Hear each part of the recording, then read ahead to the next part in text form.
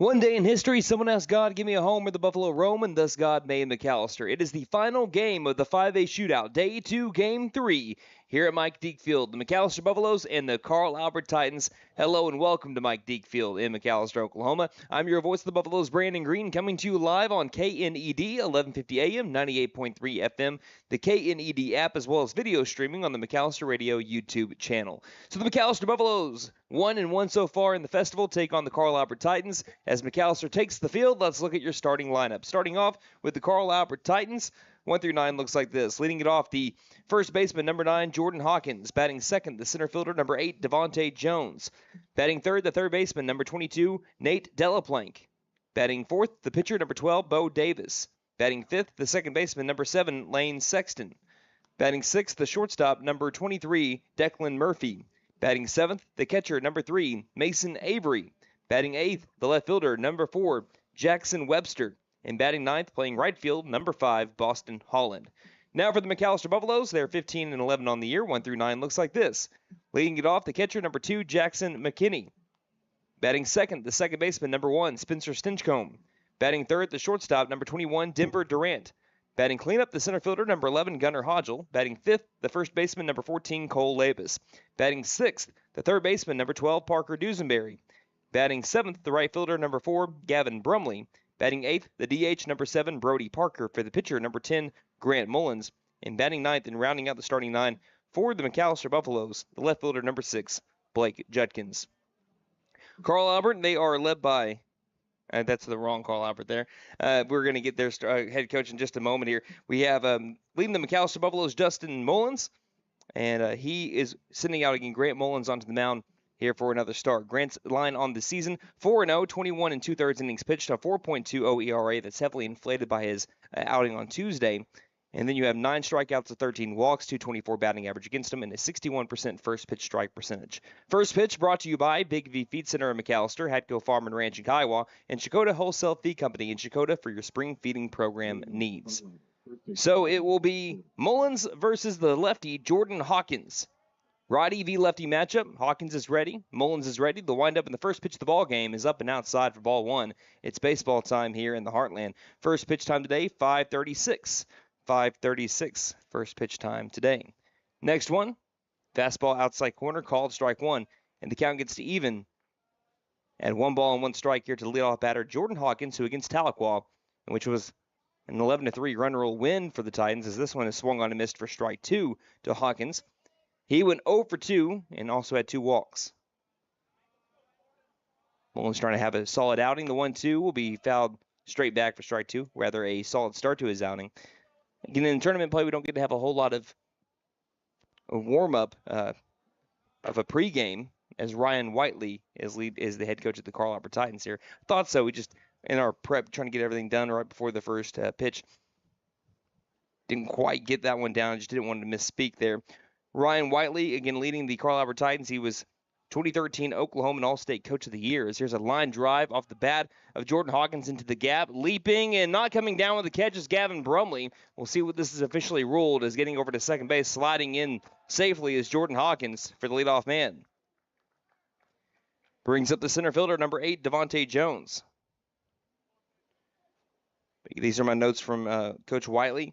From last year, was promoted after 4 seasons as an assistant, took over after Tim LaValle stepped down after 31 years of coaching and teaching, ending with the school's 6th title in 2021. So since then, the Titans have already won 2 championships. As here's the first pitch into the new lefty, Devontae Jones taking third. The throw down to third is really close, and I think that Jackson McKinney might have just got him. It looked like Dusenberry grabbed the ball and applied the tackle on the left hand of Hawkins, but they called him safe at third.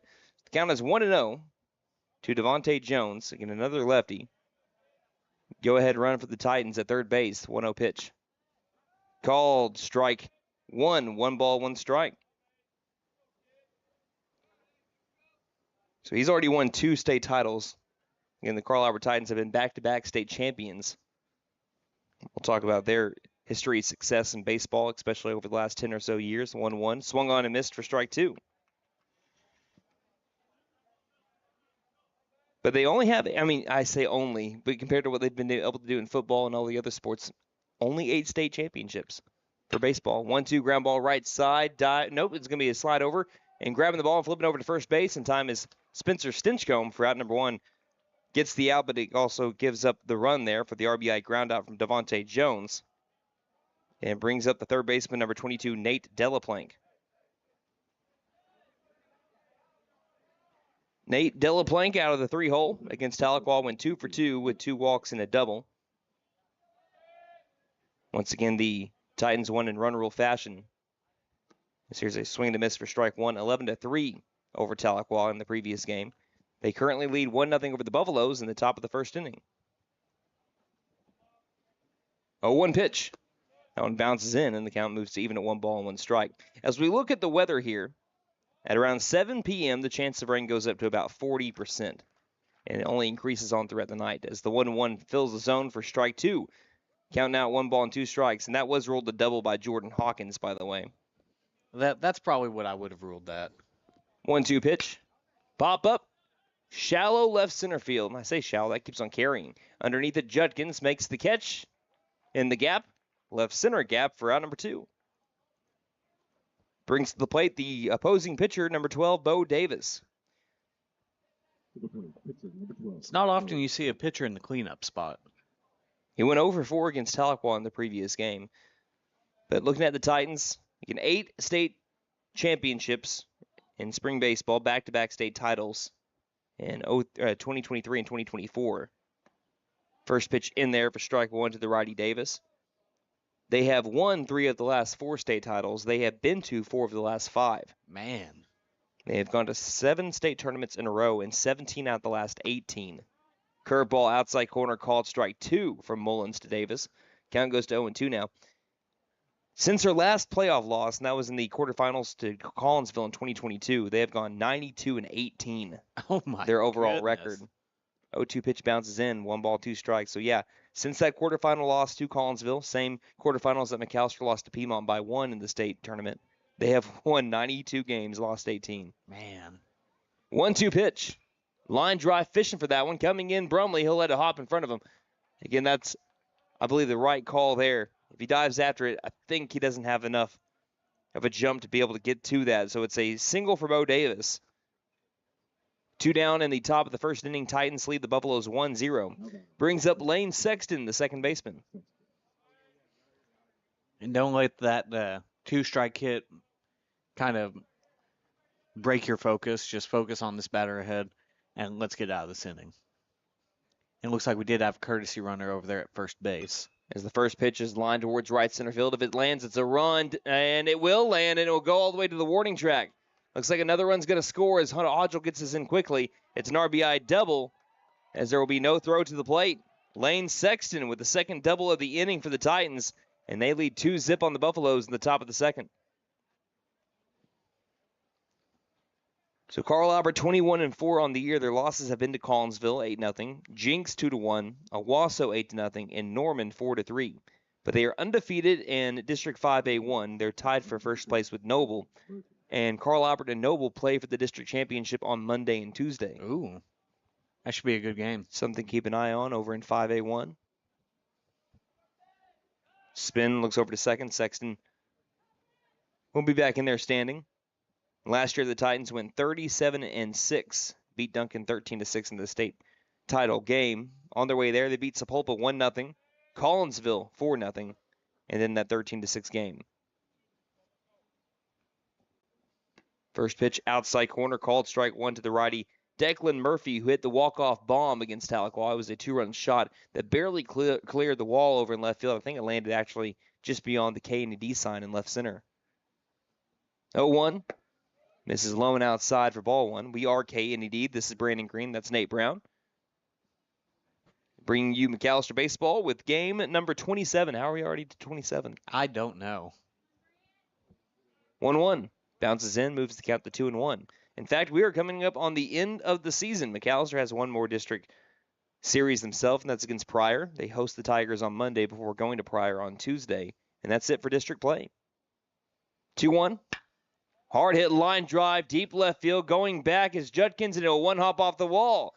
It'll be extra bases again and another RBI. The Titans are raking. and it's an early 3-0 lead for Carl Albert. Back-to-back RBI doubles. They're trading places. Brings up the catcher, number 3, Mason Avery. And these are pretty good pitches also by Mullins. He's not leaving up in the zone, just good barrel. With pitches down in the zone, they're making contact, solid contact. Yeah, I mean, they're just seeing the ball and making contact and putting it in play. And if you put the ball in play, almost certainly good things will happen. That's 3 doubles already here in the first inning to go along with the single as well.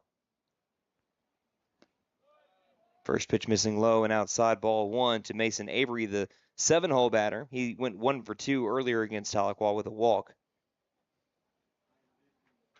Next pitch, just missed up high, and that'll be ball 2.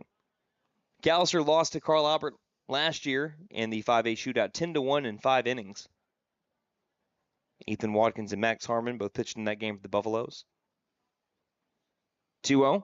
Swing and a miss for strike 1 on what would have been ball 3. Count goes to 2-1 with the runner at second base and 2 down. Titans leading 3-0 over the Buffaloes early in the top of the first. 2-1. That one runs up and in, ball 3. By the way, lights already on here at Mike Deak Field with the overcast skies and the threat of rain as we make our way deeper into this game. Really hoping that threat stays away. Me and you both. 3-1. Grounder on a chop up the middle. Snagged by the shortstop Durant. Fires low, but a nice catch by Labus at first base in time for out number 3. But the Titans do their damage. They get 3 runs on 4 hits, including 3 doubles.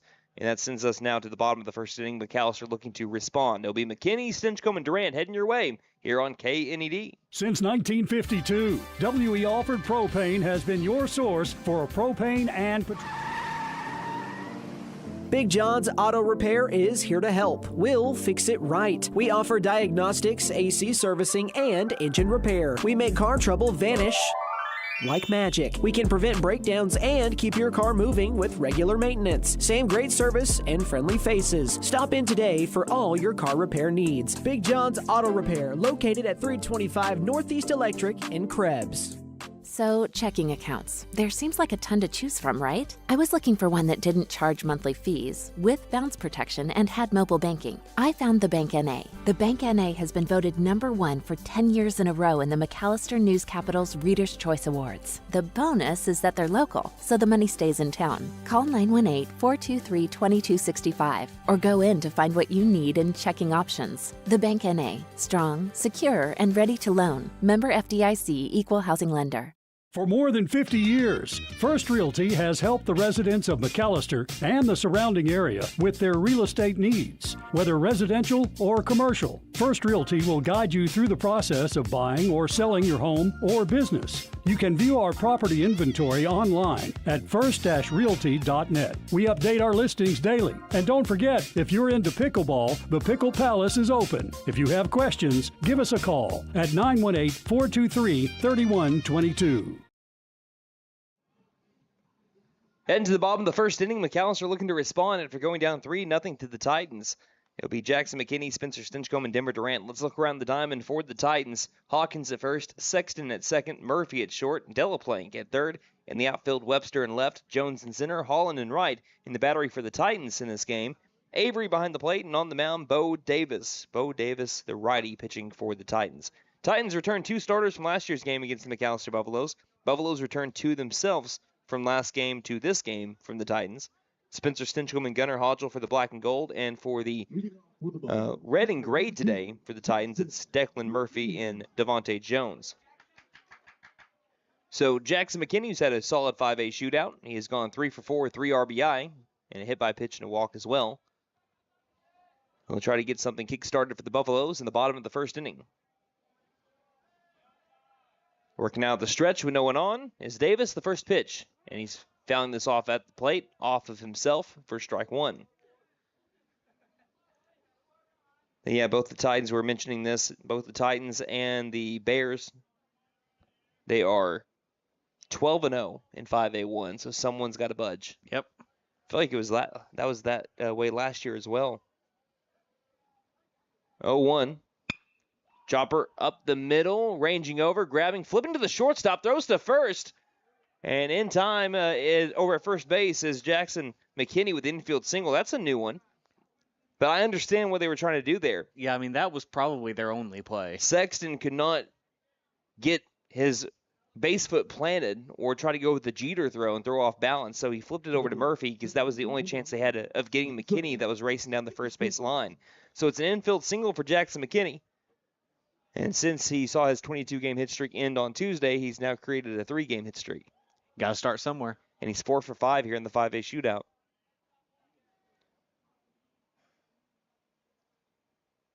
Davis waiting, and time will be called by Stinchcomb. So a runner at first with nobody out. Buffaloes down 3-0 to the Titans after the infield single by McKinney.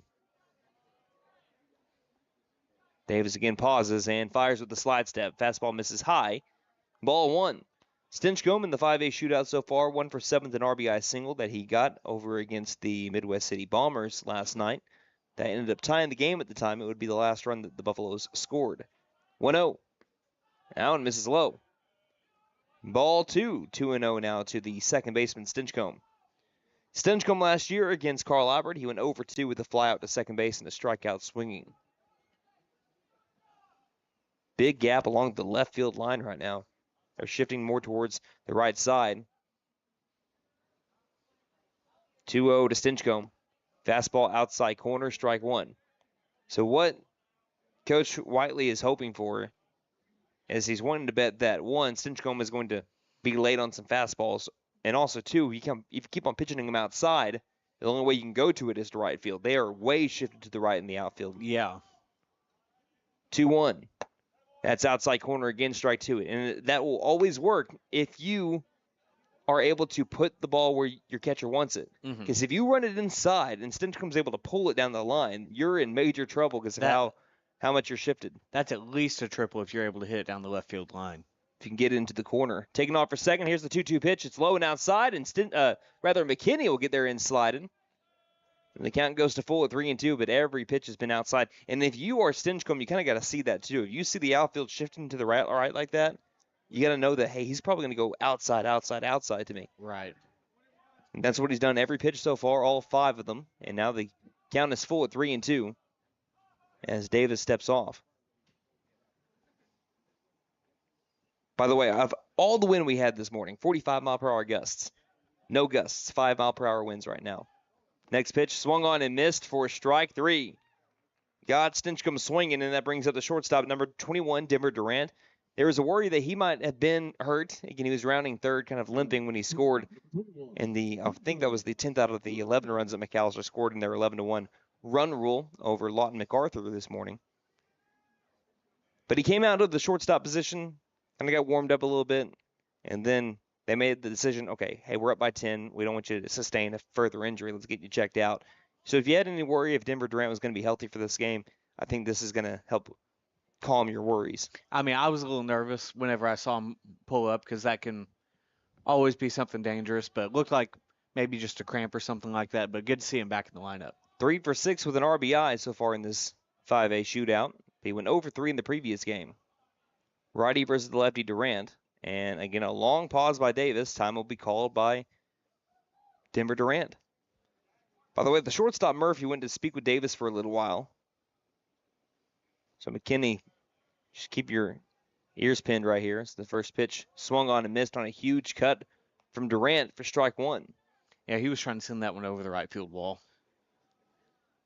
Don't have as much help like we mentioned with the wind, but Denver Durant doesn't really need the wind. Also, Davis kind of pumping it in there with the fastball. Pretty lively right now. 0-1. Lays off a little bit, still catches the inside corner. That'll be strike 2. By the way, outfield goes back and shifts more normal. Still a pretty decent gap between the left field line and the left fielder Webster, but not as much as what we saw before. 0-2. Ground ball left side, deep into the hole. It's booted by the shortstop. Rounding third and staying put right there will be McKinney. Again, I was watching the game between Tahlequah and Carl Albert the game before this. Murphy's pretty smooth with the glove. He's been the starting shortstop for the Titans now at least 2 years in a row that we've gotten to watch the Titans play. That doesn't happen very often. McAllister's got to take advantage of that. Yeah. I mean, you get a runner to third with only 1 down, and you're down 3 in the first inning. you definitely need to capitalize as much as you can here. Especially when you're looking at facing the back-to-back state state title, 5A state champions in the Carl Albert Titans. Brings up Gunnar Hodgel, the center fielder. Hodgel has had one hit so far in the shootout. Last year's shootout, he absolutely raked. He went 3 for 5 with 5 RBI in last year's 5A shootout. Fouls that one back for strike one. His one hit came in the previous game against Lawton Mac. That was an RBI single in the 3rd inning. You were going to say, I'm sorry? Oh, I was going to say, you think there's any thought about sending Durant here from first? I mean, there's always a thought, obviously. I'm sure they would rather have him over at second base than right there at first. Because also a double play ball, you get one on the ground over to one. That's the thought. And there is a pretty sizable hole on that third base side. Awaiting the 0-1 pitch. Here it is. Fastball outside. Count now to 1 ball, 1 strike. Hodgel batting .392 on the year, .474 batting average with runners in scoring position, and leads the team in home runs with 2. He could tie the game with one swing of the bat, the 1-1. Softly hit line drive on a hop. Over to second for 1. To first base and beating it out, and getting past the first baseman, Hawkins, but staying put at first base will be Hodgel. That's not going to be an error over at first. Hodgel was going to beat that out anyway. A run does score. So since that wasn't on an error, I'm going to call that a 4-6 fielder's choice and also an RBI there for Gunnar Hodgel.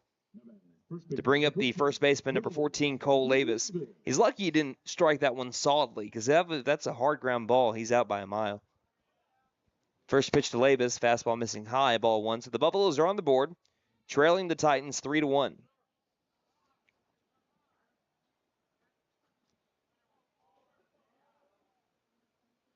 Count 1-0, and the pitch. Check swing will bloop in for a hit for Cole Lavis. Rounding second, Hodgel. Here's the throw from right field. Up the line, sliding in safe is Gunnar Hodgel. Sometimes you can do everything wrong and still come out right. And that was a check swing by Lavis. It just got the barrel, and it floated down the right field line. Brandon, sometimes it's better to be lucky than good. That brings up Parker Dusenberry. Runners at the corners with 2 down. Tying run on the base paths for the Buffaloes. Couple of singles here, McKinney and now Lavis. Davis trying to work out of the jam. First pitch to Dusenberry. Big cut swung underneath the high fastball for strike 1. Still think it would have been a strike, but it was right at the letters. Yeah. Count 0-1. Davis delivers that one way higher, above eye level. 1 ball, 1 strike now. By the way, whether you're listening from McAlester or the surrounding area, or even if you're a Carl Albert Titan fan over in Midwest City, welcome. Yeah, thank you for listening, and let us know where you're listening from. We'll try to give you a shout out here. So here's the 1-1. Up and inside, ball 2. Our Twitter page is at Buff Sports Radio. Again, that's at Buff Sports Radio, or you can go to facebook.com/McAlester Radio and comment underneath our latest post about this game. 2 balls, 1 strike. The 2-1 pitch. Fastball in there. Strike 2. 2 balls, 2 strikes, 2 down. Deuces wild here in the bottom of the first. The Buffaloes trailing by 2. Davis looking for the K against Dusenberry, who's gone 2 for 4. He walked twice against Lawton Mac earlier today. 2-2 from Davis, taking off his Lavis. Here's a high hit fly ball over to left center field. It's carrying, and it will be caught on the run. Nice running grab by Webster. Dusenberry gave that one a ride, and it looked like it might land, but Webster was able to follow that into the web of his glove.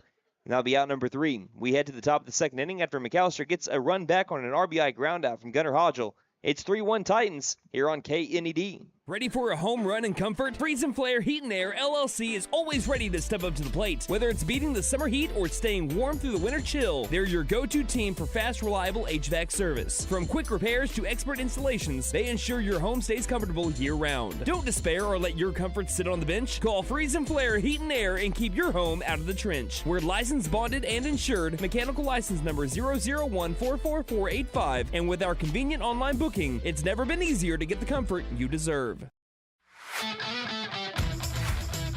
Shopping for furniture should never be a hassle. And at Tannehill Furniture and Mattress, we agree. So we will continue to offer unmatched customer service as we have for over 34 years. Stop by today and experience our store-wide savings. We offer 12 months interest-free financing or no credit needed. Tannehill Furniture and Mattress, 5 South 5th Street in McAlester. Celebrating 10 years of excellence. JP All-American Outdoor Contracting and Construction is your trusted partner for expert tree removal, high-end fences, decks, and custom construction. Serving Oklahoma with quality, safety, and reliability. We're here to transform your property. From emergency tree services to dream builds, we do it all. Call today for a free consultation and experience the difference. 910-568-8770.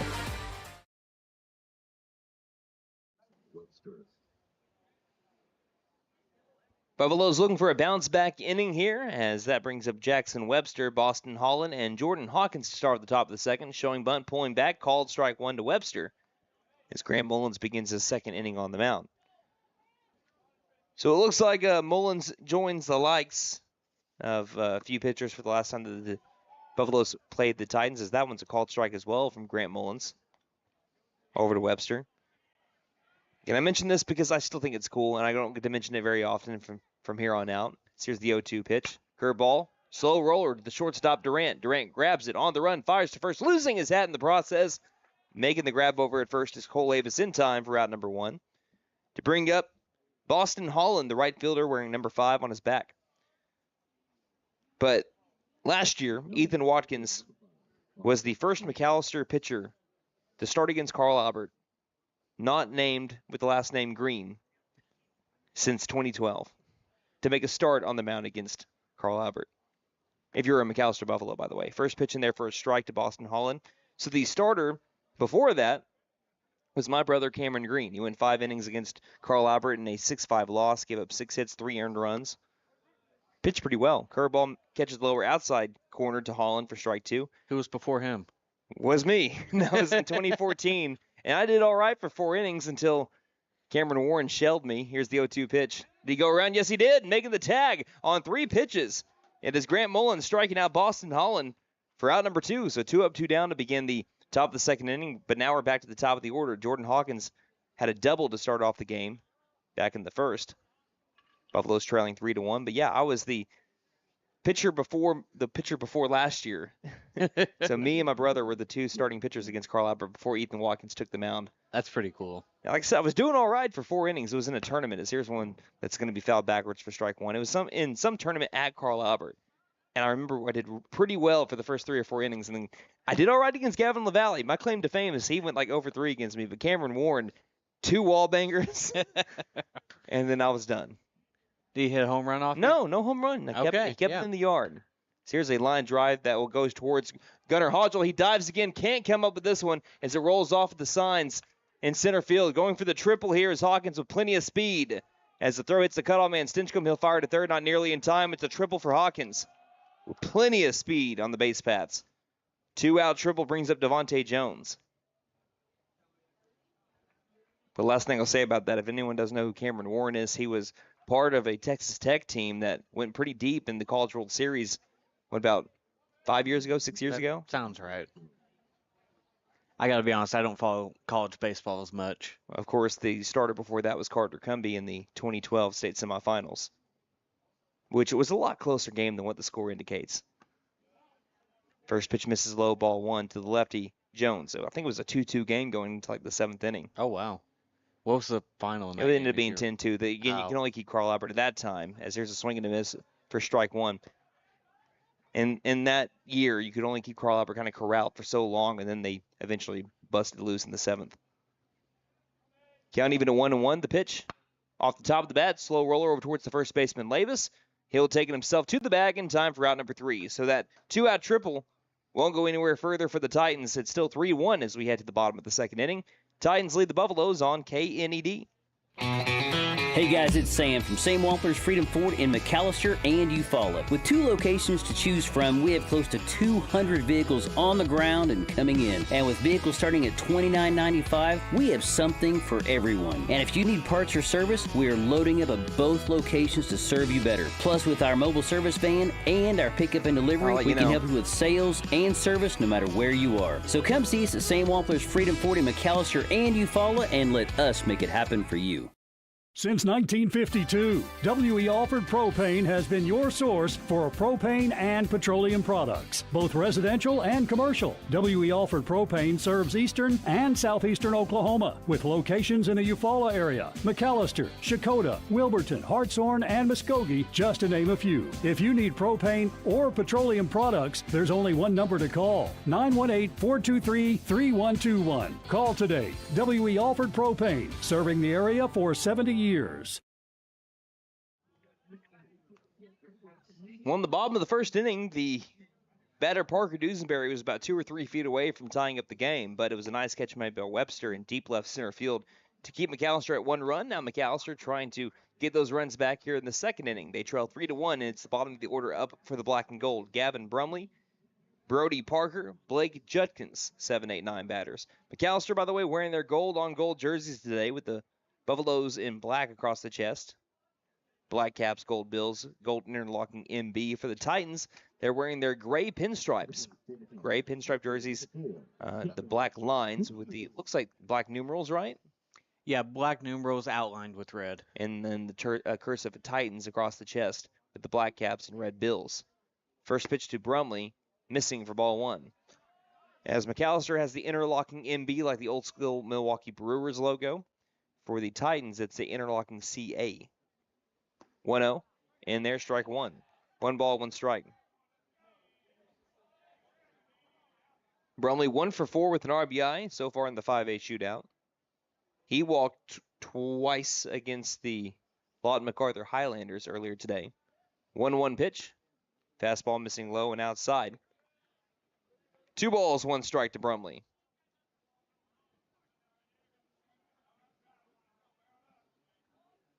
The pitch, Allen misses high, ball 3. Haven't had a free pass yet from Bo Davis. In fact, hasn't been a free pass from either Bo Davis or Grant Mullins.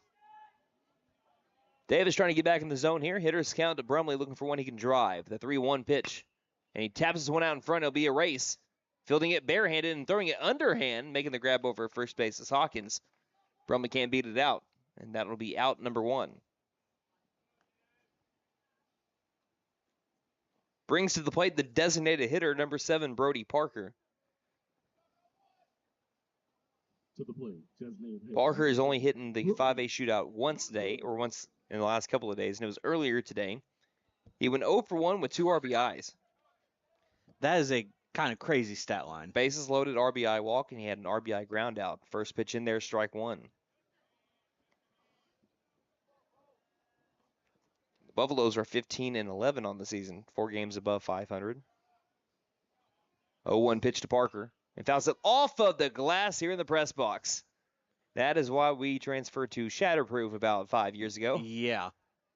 Because if this would have been 5 years ago, we would just still be radio, down the line a little bit, and one of us would have died. Yep. Count is at 0-2 now on Parker, as everyone in the other room is trying to catch their breath. Yeah, that would have about given me a heart attack. I have a funny foul ball story from this park. Okay. That I'll share at the next available moment. Maybe after this next pitch. The count is 0-2 on Brody Parker. With 1 down, nobody on in the bottom of the second inning. Buffaloes trail 3-1, and that one skips in to the catcher, Avery. Count is now 1-2 to Brody Parker. There was a line drive last year, I believe in one of the shootouts. I think it was the 5A shootout. It was able to go right past the netting. The door was open because the AC was kind of busted in there. Yeah. And it bounced off of the door that was open and flew into the press box. Oh, my goodness. 1-2, misses high for ball 2. And if you've ever been to Mike Deak Field, you know how hard that is. Like, that takes a very certain angle. The dent is still in the door. Larry Barnett nearly got hit. You're going to have to show me that dent whenever we leave. I'll show you the dent. It was struck hard, too. 2-2 to Parker. And missing, no, late strike three call. Late strike three call to Brody Parker. Took the home plate umpire a little bit to rev up that strike three call, but it gets Brody Parker for the second out. And that brings up Blake Judkins. To the plate, left fielder, number 6. That looked way inside, though, and looking on replay. Yeah. That'll be a backwards K, the second strikeout of the day for Davis. So the first pitch misses for ball one, by the way. And Mr. Brian Hodgel tuning in back at the field. Got to see him earlier. Got to give him a big salute. Oh, nice. Thank you, Mr. Hodgel, for tuning in. Saw him with the earbuds in. As that one's fouled off, made a couple of contacts. As that one hits off the home plate umpire. And he's going to stretch out the shoulder, make sure he's all right. But immediately, Avery, the catcher for the Titans, popped up and checked on the home plate umpire.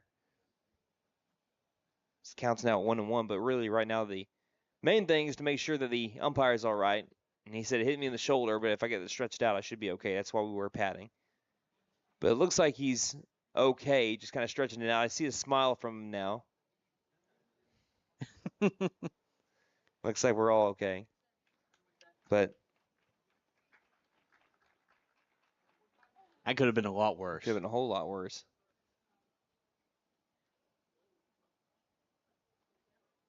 I mean, we've seen a lot worse here at this field before. Count even at 1-1, 2 down. Bases clear for Blake Judkins out of the 9-hole. Looking to jumpstart a 2-out rally. 1-1 pitch. Fouled back into the netting, and the count goes to 1-2. Davis trying to finish a 1-2-3 inning here under the overcast skies of McAlester. Final day of the shootout, final game of the shootout. 1-2 pitch. Fastball trying to fight it off and fouling it off into the right-handed batter's box and grabbing it before Judkins really started making his way down the line was Avery. It was still foul when he did touch it. So Judkins still alive at 1-2. That bounced straight up in the air. Yeah. Judkins got lucky there. 1-2 from Davis. Outside corner called strike three, froze Judkins. And that would be the third out of the inning. As 1-2-3 go the Buffalo offense in the bottom of the second. We head to the top of the third now. Titans leading 3-1 over the Buffaloes on KNED. Wow, Nissan has so many models to choose from. This Pathfinder looks just right. Wait a second, Maddie. Isn't that a family car? Absolutely. What? I'm gonna be an aunt? Come to Fenton Nissan and get a 2025 Pathfinder, and we'll throw in a Fenton family deal this season. This deal applies even if you're an aunt, uncle, or just you. And don't forget to tell them Maddie sent ya. Fenton Nissan is your best deal dealer. Shop us online now at fentonnissan.com.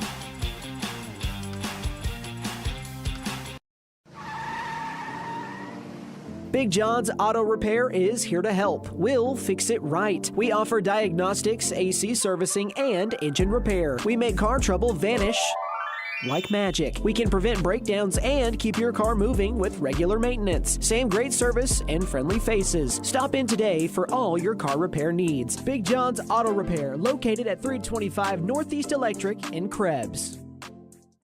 So, checking accounts. There seems like a ton to choose from, right? I was looking for one that didn't charge monthly fees, with bounce protection, and had mobile banking. I found the Bank NA. The Bank NA has been voted #1 for 10 years in a row in the McAlester News Capital's Reader's Choice Awards. The bonus is that they're local, so the money stays in town. Call 918-423-2265 or go in to find what you need in checking options. The Bank NA. Strong, secure, and ready to loan. Member FDIC, Equal Housing Lender.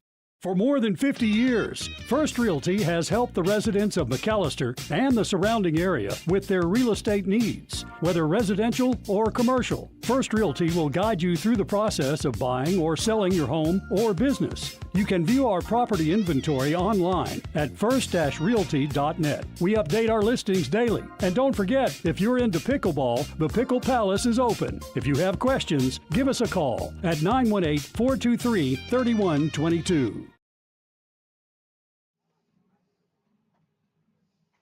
We're back in McAlester. The Buffaloes trail the Carl Albert Titans 3-1. All of our scoring has been from the first inning so far. It was an onslaught of extra base hits from Carl Albert in the first. And we're about to get to that part in the lineup. It'll be Nate Delaplank, Bo Davis, and Lane Sexton. Between those three, they're so far 2 for 3 here in this game. Delaplane flew out to left field. It was the first time that he's been retired today in the 2 games the Titans have played. By the way, we also have the I Don't Drink Coffee podcast. They're tuning in from Tennessee. As his first pitch missing inside. Looked like the same pitch, though, that ended up bringing up Brody Parker, though. Yeah. That'd be ball 1. Here's the 1-0 pitch. High hit fly ball, deep left field. That one will sail out of the yard. A 1-0 meatball that was thrown over the fence. That was right into the wheelhouse of Nate Delaplane. And that was a frozen rope over the fence, just to the left of the Sam Wampler's Freedom Forward sign. Got all of that one. So a solo home run by Delaplane brings up Bo Davis. Second home run that the Titans have hit today. And that was right down Broadway.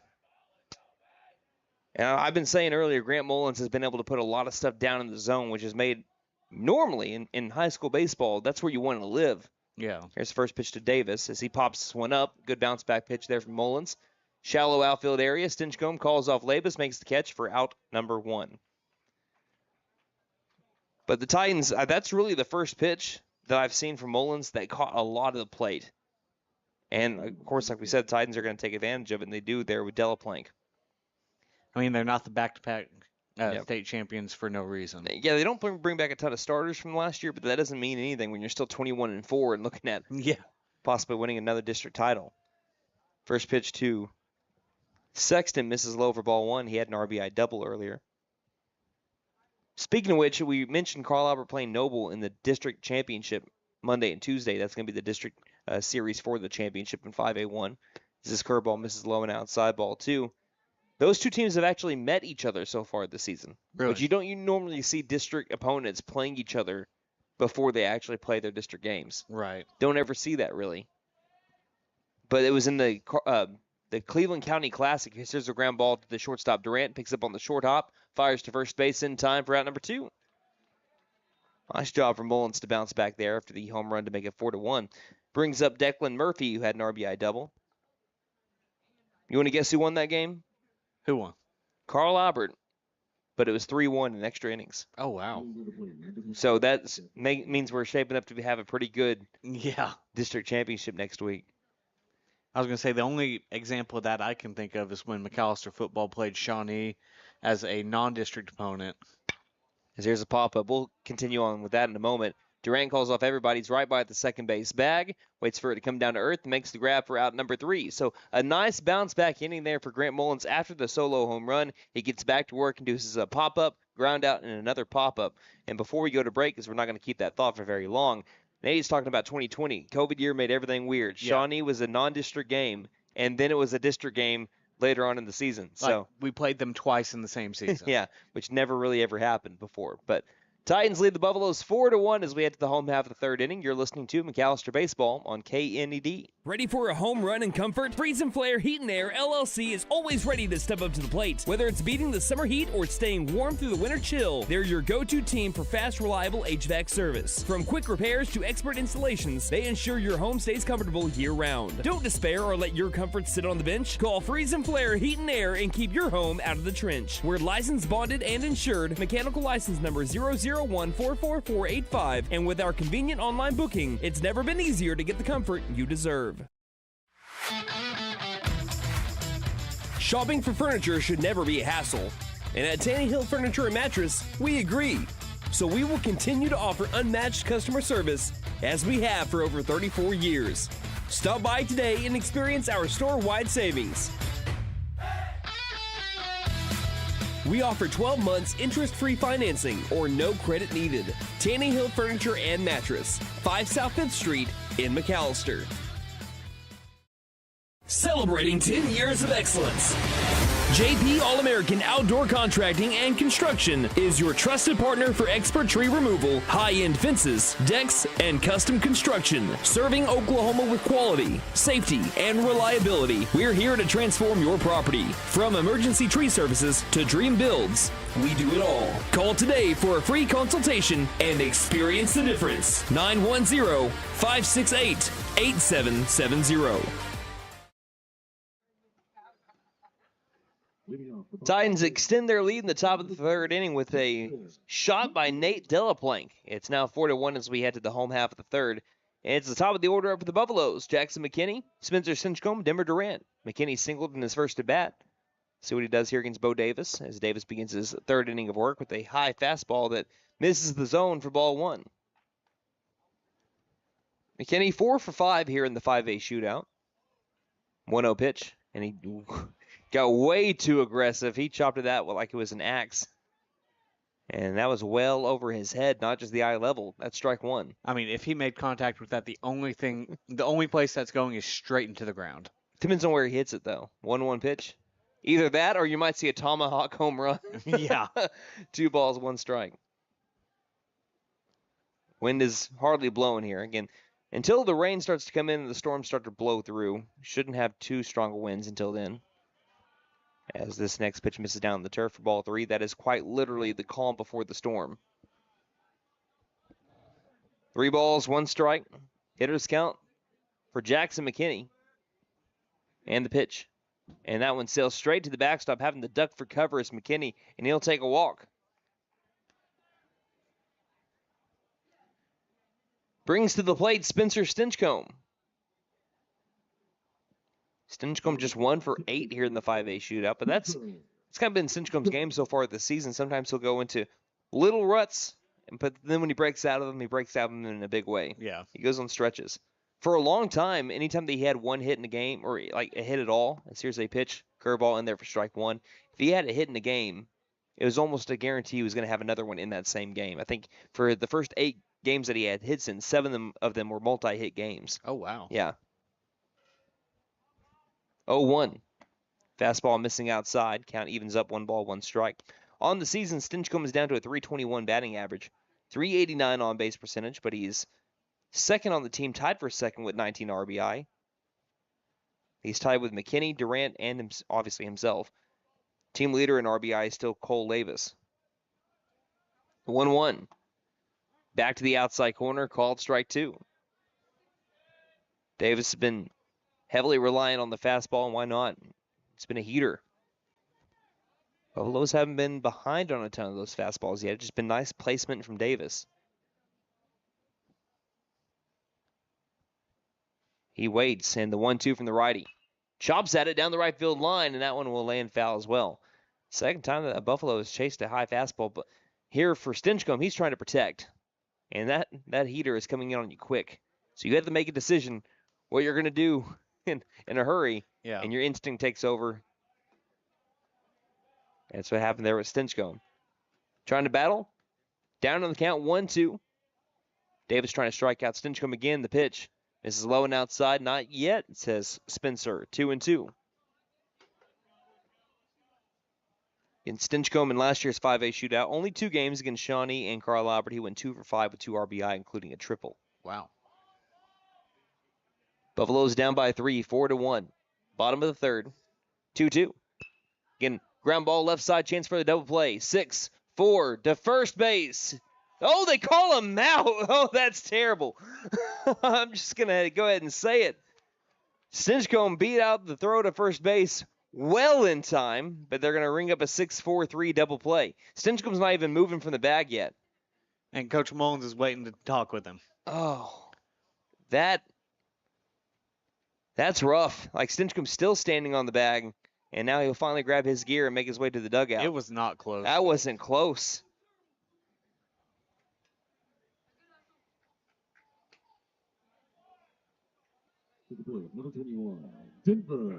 It looked like he was well safe. Beat him at least by a full step, maybe a step and a half. It looked like a step there. That's 2 down, though. Again, we had the best view, so we can't say much, I guess. But here's the first pitch to Durant. It nearly hits him in the ankles. I can tell you how many times this season that Denver Durant has been hit down by the shin area and the ankles as a left-handed batter. He's trying to avoid that at all possible. Yeah. 1 ball, no strikes. Now the base is clear for Denver Durant, who reached on an E6 his first time up. So the 6-4-3 double play has cleared the bases. 1-0. That one misses low and inside as well, ball 2.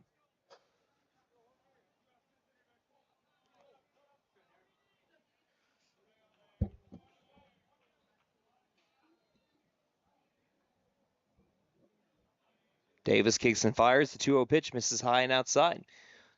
So ball 3, again, Davis has commanded the zone pretty much the entire game up to this point, but he is struggling. I say by struggling, just struggling more than he has before. It's the 3-0. It's a 4-pitch walk to Denver Durant. That is the second walk of the inning here for Bo Davis. It's Davis at first base. Or excuse me, puts Denver Durant at first base. And we will have a mound visit here. And we'll take a break while we're at it. Again, the Buffaloes trail 4-1. Home half of the third inning, 2 down. With Gunnar Hodgel coming up on KNED. Ready for a home run and comfort? Freeze and Flare Heat and Air LLC is always ready to step up. Hey guys, it's Sam from Sam Walters Freedom Ford in McAlester and Eufaula. With 2 locations to choose from, we have close to 200 vehicles on the ground and coming in. And with vehicles starting at $29.95, we have something for everyone. And if you need parts or service, we are loading up at both locations to serve you better. Plus, with our mobile service van and our pickup and delivery, we can help you with sales and service no matter where you are. So come see us at Sam Walters Freedom Ford in McAlester and Eufaula and let us make it. McAlester, Oklahoma. The Buffaloes are trailing 4-1. 2 down with Denver Durant at first base. We have up to the plate Gunnar Hodgel, who reached on a 4-6 fielder's choice that came with an RBI. Now batting for the Buffs. Hodgel has hit 2 home runs so far this season, 1 here in McAlester and 1 in Durant. As I think Coach Meadows was still saying something about the double play ball from earlier. Here's the first pitch. Fastball misses upstairs for ball 1. I mean, I can't blame him. I don't think he was truly arguing it all that much, but he was just trying to say, hey, what did you see on that play? At least that's what it looked like from the body language. A 1-0 pitch. Line drive left side into the gap, into the left field area, and it's a 2-out single for Gunnar Hodgel. Brings to the plate Cole Labus. He had an excuse me swing that was fly down the right field line and fair. Labus will try to continue a solid 5A shootout where he is batting .667. That is 4 for 6.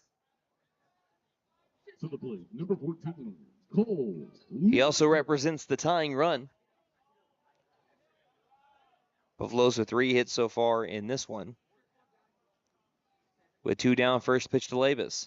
Fastball missing high, eye level, ball 1. Really everywhere that Davis has missed here in the third inning. Again, he's been solid for the first 2 in terms of his placement, exactly where he wants it. But here in the third inning, he's been missing high. Davis comes set and quickly steps off. Durant at second base, Hodgel at first. Davis takes an extra peek over to Denver Durant and then steps back up on the rubber. From the hill, Davis, deep breath. Long look, spin throw over to second base. Grabbing it's the shortstop, Murphy.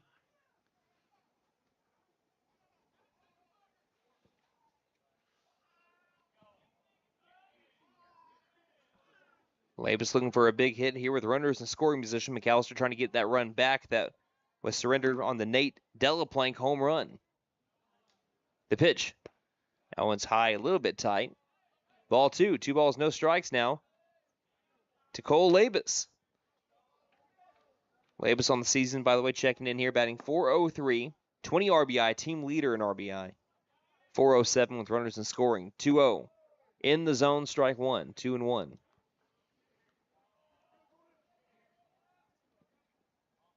Parker Dusenberry's on deck, who gave one a deep ride to left center field, and it was an outstanding running grab by Webster. Spin and looks over to second base. Now, Nate, go to the field camera real quick. I want to show everyone where Webster's at in left field. That's where Webster's at right now. He made the catch all the way by the batter's eye. Yeah. That's how far he ran to make that catch. A lot of speed on this Titan defense. Here's the 2-1. Fastball high. Thinking about a snap throw was the catcher Avery. He holds onto it instead. That puts our count now at 3-1. Hitters count for Labus. Pitch away from maybe loading up the bases. If that happens, sorry. Oh, I was going to say come set, and the pitch was high for ball 4. So it's the third walk of the inning for Bo Davis, and again, he's still just missing high. As we have the middle infield going to speak with Davis. It's the shortstop Murphy and the second baseman Sexton. And now the catcher Avery going to speak with them as well. So the bases are loaded. This bases loaded alert is brought to you by Pop's Kettle Corn. Choose your flavor of kettle corn at Pop's Kettle Corn in Old Town. And looking for the big pop is Parker Dusenberry. Again, we mentioned it. He drove one to deep left center field. And after the hit that Dusenberry applied, now shifting a little over that way is Webster. So he's going to give himself a little bit of a break on the ball if it goes that way again. But look at the gap down the left field line. They are promising or just banking on the fact that Dusenberry won't rip one down the line. If he does so, it will clear the bases. First pitch. Fastball low, ball one. Buffaloes trail 4-1. 2 down. Bottom of the third. This is McAllister's chance to strike here. 1-0. Fastball up and outside, ball two. Can't tell if there's anyone warming up for Carl Upper from where we're at. Their bullpen is right on the opposite side of our building here. We need a window right there. We do need a window. Count is at 2-0. Dusenberry again flew out to left in his first at bat. 2 for 5 in the shootout. Here's almost a snap throw. The ball left the hand awkwardly of Avery. It was a called strike to Parker Dusenberry. He did pop up to throw to third base. Yeah, and I had the camera switched over there, and I had no idea where the ball went. The ball slipped out and it rolled towards the concession stand area. Counts now at 2-1. Almost wish it would have went out of play. As McAlester fans, yes. 2-1. In K&ED, you're home for McAlester baseball here. Buffaloes down by 3. The tying run is on the base paths. Dusenberry on the season with 5 RBI. 2-1 pitch. Fastball misses high, ball 3. And for Davis, it's just been a lot of fastballs high. He's not been able to get that back in the zone maybe once every 3 or 4 pitches for the last few batters. We haven't seen many breaking balls from him either. 3-1 from Davis. Up and inside, ball 4. And it's another walk, back-to-back walks from Davis after the single from Gunnar Hodgel. And that's an RBI walk for Dusenberry. And McAlester now trails 4-2. Brings to the plate Gavin Brumley, who grounded out to the... I believe he ended up grounding out to the pitcher there in that last time up. And Davis, for the first time today, is going to work out of the windup. Has not worked out of the windup at all today. First pitch misses high, goes to the backstop, and Hodgel with a late break, he'll decide to go back to the third base bag, and wisely. Don't want to end this threat that you might have on a chance that you might score at home right there. Yeah. Especially if you don't get a good break towards the plate. That'll be ball 1. So this entire game, Davis, like I said, has worked out of the stretch. Entire game with no one on. His first pitch was from the stretch. He goes to the windup here with the bases loaded. Wind up in the 1-0. This pitch misses high as well, ball 2. So this inning is going to walk, double play, walk, single, walk, walk. And Denver Durant is warming up for McAlester in front of the Hughes Fieldhouse, getting warm again. 2-0 pitch. Outside, ball 3. A pitch away from maybe getting a runaway. And I'm not a betting man, but I would bet every last dollar that Brumley has the red light here. Absolutely. Davis back to the stretch. Deep breath. 3-0 pitch. Called strike 1 on one that was way inside. That almost hit him, folks. Count goes to 3-1. Is having to get out of the way was Brumley. And he's not really riding the line.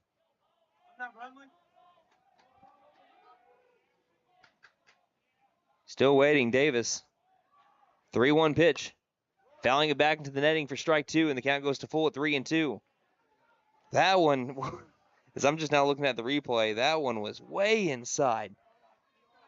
Count goes to full at 3 balls and 2 strikes, and Davis trying to get out of the jam here with the gift that looked like he got on 3-0.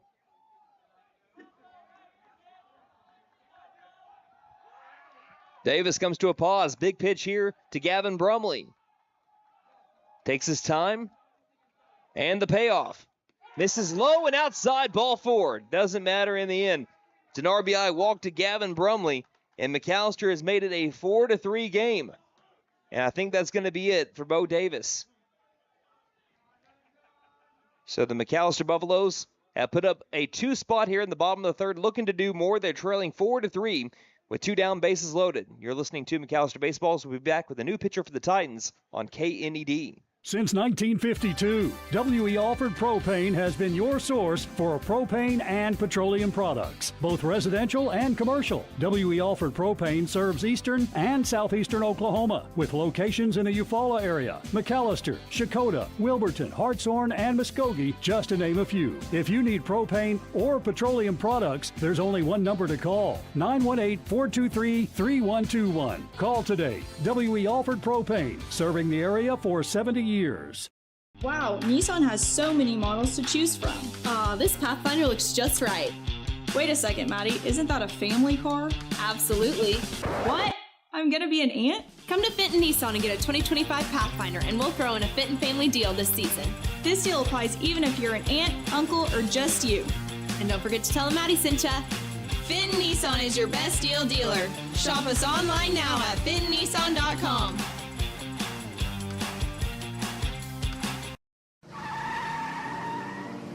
Big John's Auto Repair is here to help. We'll fix it right. We offer diagnostics, AC servicing, and engine repair. We make car trouble vanish like magic. We can prevent breakdowns and keep your car moving with regular maintenance. Same great service and friendly faces. Stop in today for all your car repair needs. Big John's Auto Repair, located at 325 Northeast Electric in Krebs.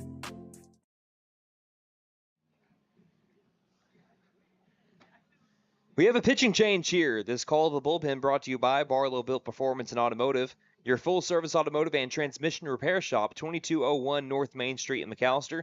Open Monday through Friday, 8 a.m. to 5 p.m. Call 918-318-0323. And from the Arm Barn comes Eli Esparza. So Davis goes from the mound to third base. Delaplank is not on the field, I don't believe. And it is Esparza now on the mound for the Titans.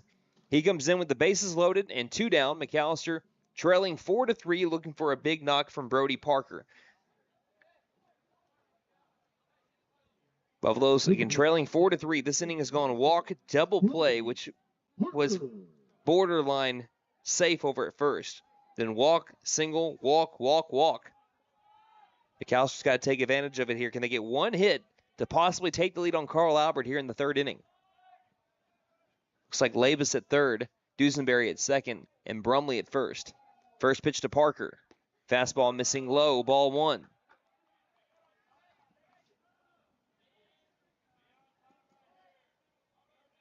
And what was crazy is how sudden that came with the loss of control for Davis. He was cruising through the first 2 innings. Yeah. 1-0 from the righty Esparza. That one at the knees, bottom of the zone, strike 1. Count even at 1 ball, 1 strike. Parker struck out looking in his first outing, or first at bat rather.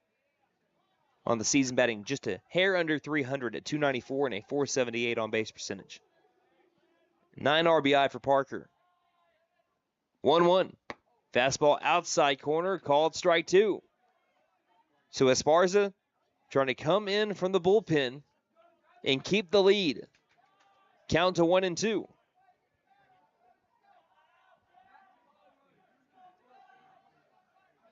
Esparza likes what he sees from Avery. Comes set, and the 1-2 pitch. Off-speed swing and a miss, strike 3. Buffaloes leave him loaded. Eli Esparza comes in like nails, finishes the job to finish the inning. But McAlester still trailing by 1. They do get 2 runs in the third to head us to the top of the 4th inning. Titans leading 4-3 over the black and gold on KNED. So, checking accounts. There seems like a ton to choose from, right? I was looking for one that didn't charge monthly fees, with bounce protection, and had mobile banking. I found the Bank NA. The Bank NA has been voted #1 for 10 years in a row in the McAlester News Capital's Reader's Choice Awards. The bonus is that they're local, so the money stays in town. Call 918-423-2265 or go in to find what you need in checking options. The Bank NA. Strong, secure, and ready to loan. Member FDIC, Equal Housing Lender. For more than 50 years, First Realty has helped the residents of McAlester and the surrounding area with their real estate needs, whether residential or commercial. First Realty will guide you through the process of buying or selling your home or business. You can view our property inventory online at first-realty.net. We update our listings daily. And don't forget, if you're into pickleball, the Pickle Palace is open. If you have questions, give us a call at 918-423-3122. Ready for a home run in comfort? Freeze and Flare Heat and Air LLC is always ready to step up to the plate. Whether it's beating the summer heat or staying warm through the winter chill, they're your go-to team for fast, reliable HVAC service. From quick repairs to expert installations, they ensure your home stays comfortable year-round. Don't despair or let your comfort sit on the bench. Call Freeze and Flare Heat and Air and keep your home out of the trench. We're licensed, bonded, and insured. Mechanical license number 0014445. And with our convenient online booking, it's never been easier to get the comfort you deserve. Shopping for furniture should never be a hassle, and at Tannehill Furniture and Mattress, we agree. So we will continue to offer unmatched customer service as we have for over 34 years. Stop by today and experience our store-wide savings. We offer 12 months interest-free financing or no credit needed. Tannehill Furniture and Mat in McAlester.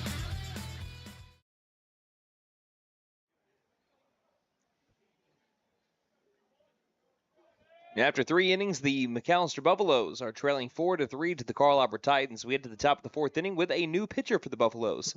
In from the bullpen, Denver Durant, really from shortstop, but you know what I'm talking about. This pitching change brought to you by Barlow Built Performance and Automotive, your full-service automotive and transmission repair shop, 2201 North Main Street, McAlester. Open Monday through Friday, 8 a.m. to 5 p.m. Call 918-318-0323 as the first pitch is low and outside. The batter, Mason Avery, bottom of the order up for the Titans, 7-8-9, as the 1-0 is in there for strike one. 1 ball, 1 strike. New pitcher, Denver Durant, as he's working quickly for me. Out of the windup, he's got an 0-1 record and 2 saves this year. Both those saves against the Tahlequah Tigers. 1-1 is a high hit, line drive, deep left center field. Hodgel giving chase. It will hop off the bottom of the fence to the deepest part of the park. Hodgel picks it up, fires it into his cutoff man, Grant Mullins, and it's a leadoff double for Mason Avery to bring up Jackson Webster.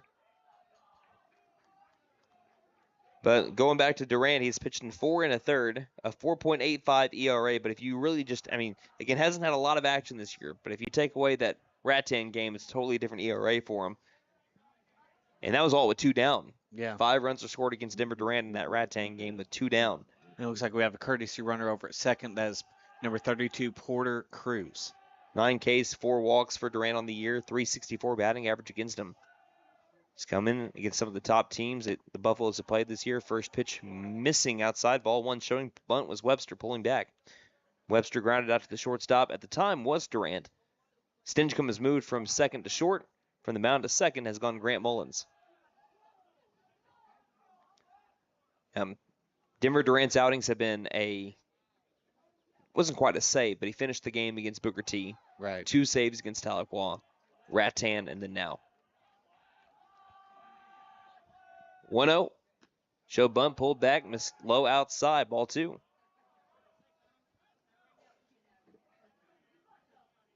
Boston Holland is on deck. 2-0 pitch. Again, show bunt pulled back. That one was a called strike on the outside corner. Counts now 2-1. This is Brandon Green bringing you McAlester Baseball. Alongside Nate Brown as we had a conversation between the field umpire and Denver Durant. Comes set, looks at second base. Takes a second glance and the 2-1 pitch.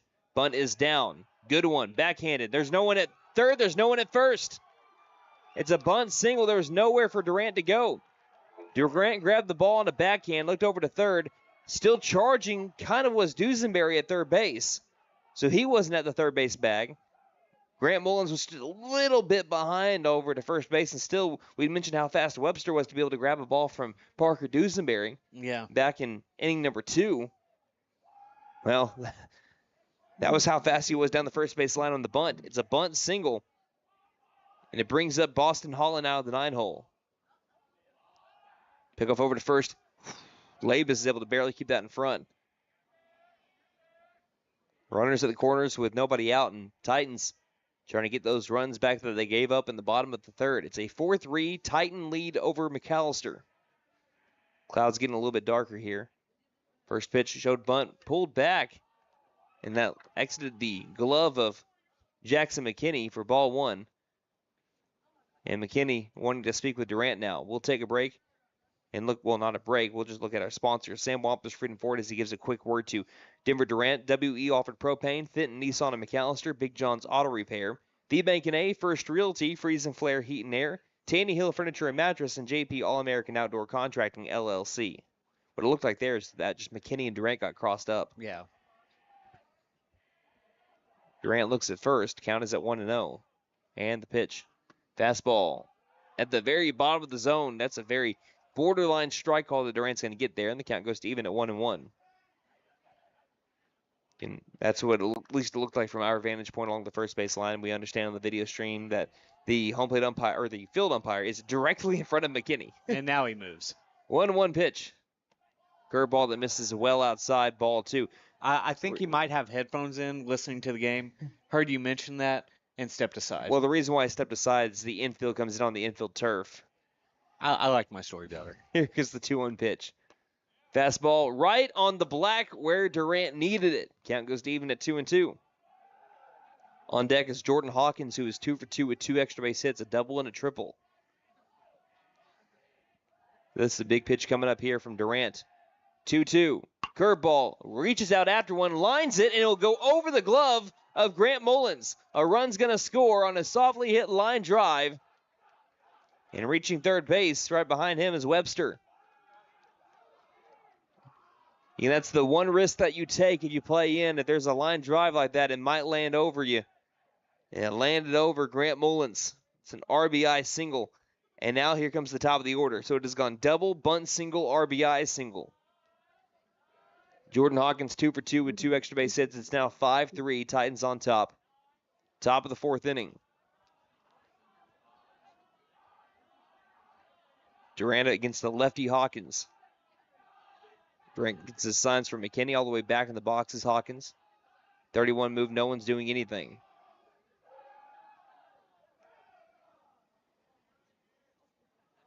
So Hawkins trying to keep a solid game going. And he went 0 for 2 against Tahlequah with 2 walks, but he's been seeing the Buffaloes well. First pitch to him. Curveball in there, strike one. Nice time to go with the off-speed stuff there from the righty Durant.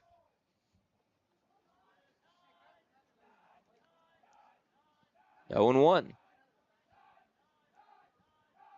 Titans have scored in every inning but the second so far. We're currently in the top of the fourth. Runner takes off the pitch, is outside throw, back over to Durant.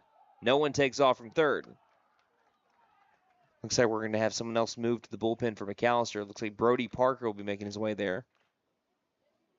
Now the question is, does Brody Parker go into pitch? Which I think he will if that's the case, because I see, looks like Simon's going down to the bullpen with a catcher's mask, because here's a swing and a miss, big cut from Hawkins for strike two.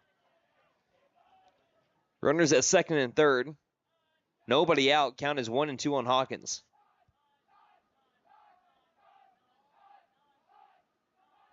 Durant looks at second and deals the pitch. Pops it up. Shallow left field. Coming in Judkins, still racing towards the ball. Makes the catch. Runner will tag. Here comes the throw from Judkins. Down the line, and McKinney can't handle it by the plate, and advancing from second over to third. Runner right behind him, and Boston Holland. So it's an RBI sac fly from Jordan Hawkins. And it's now 6-3. McAlester was able to score 2 runs in the bottom of the third. The Titans get him right back.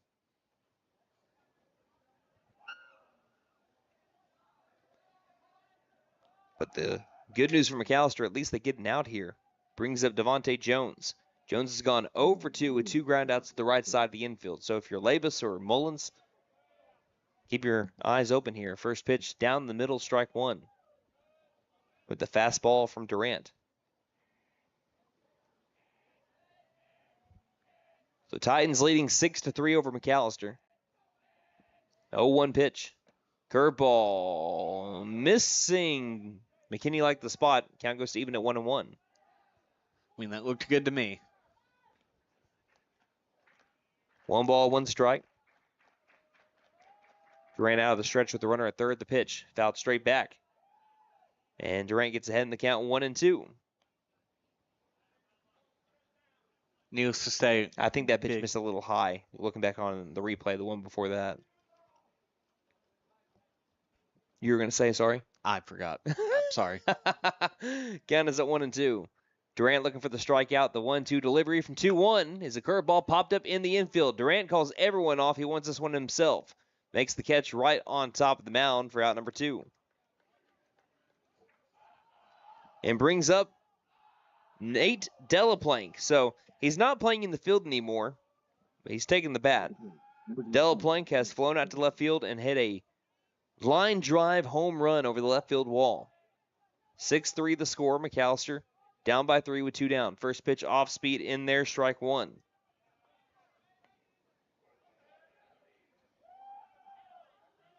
Wind trying to pick up, now kind of blowing in from right center. 0-1 pitch. Curveball in there, strike 2. Back-to-back nice benders from Denver Durant.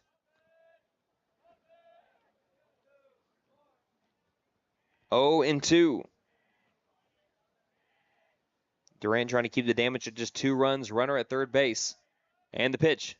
Curveball, 3 straight curveballs. That one catches the outside corner for strike 3. It goes to the curveball. The number 2 pitch 3 consecutive times against Nate Delaplank. All of them were beauties.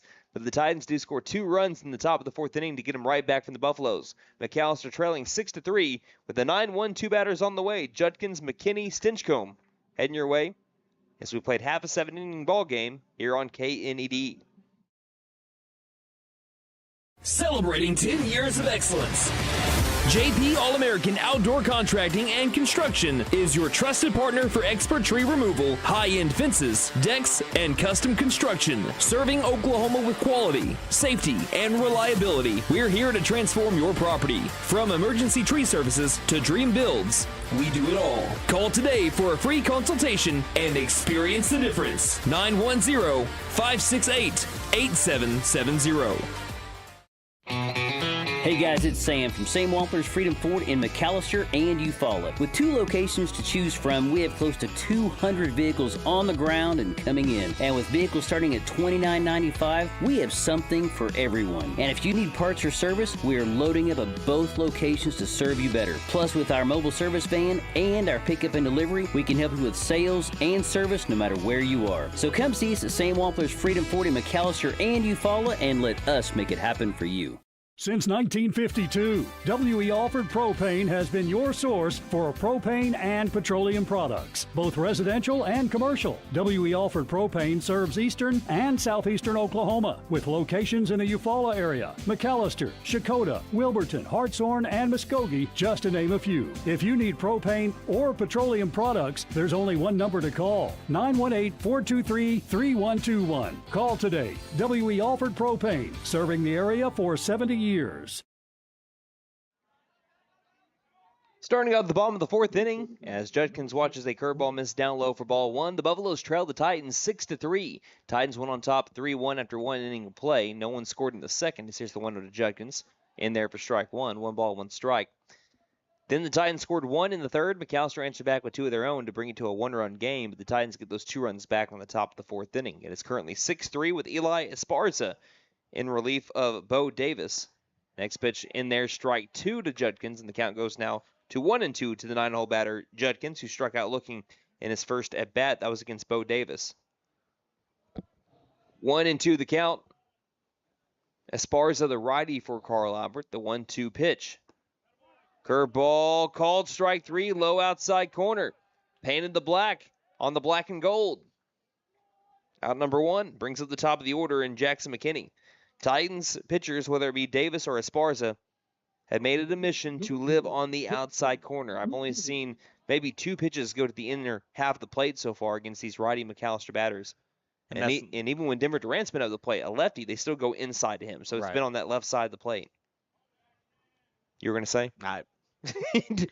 This is the first pitch to Jackson McKinney, trying to loop one into left field. Diving and making the catch in center field is Jones, Devontae Jones, with a highlight reel catch, taking away a base knock from Jackson McKinney.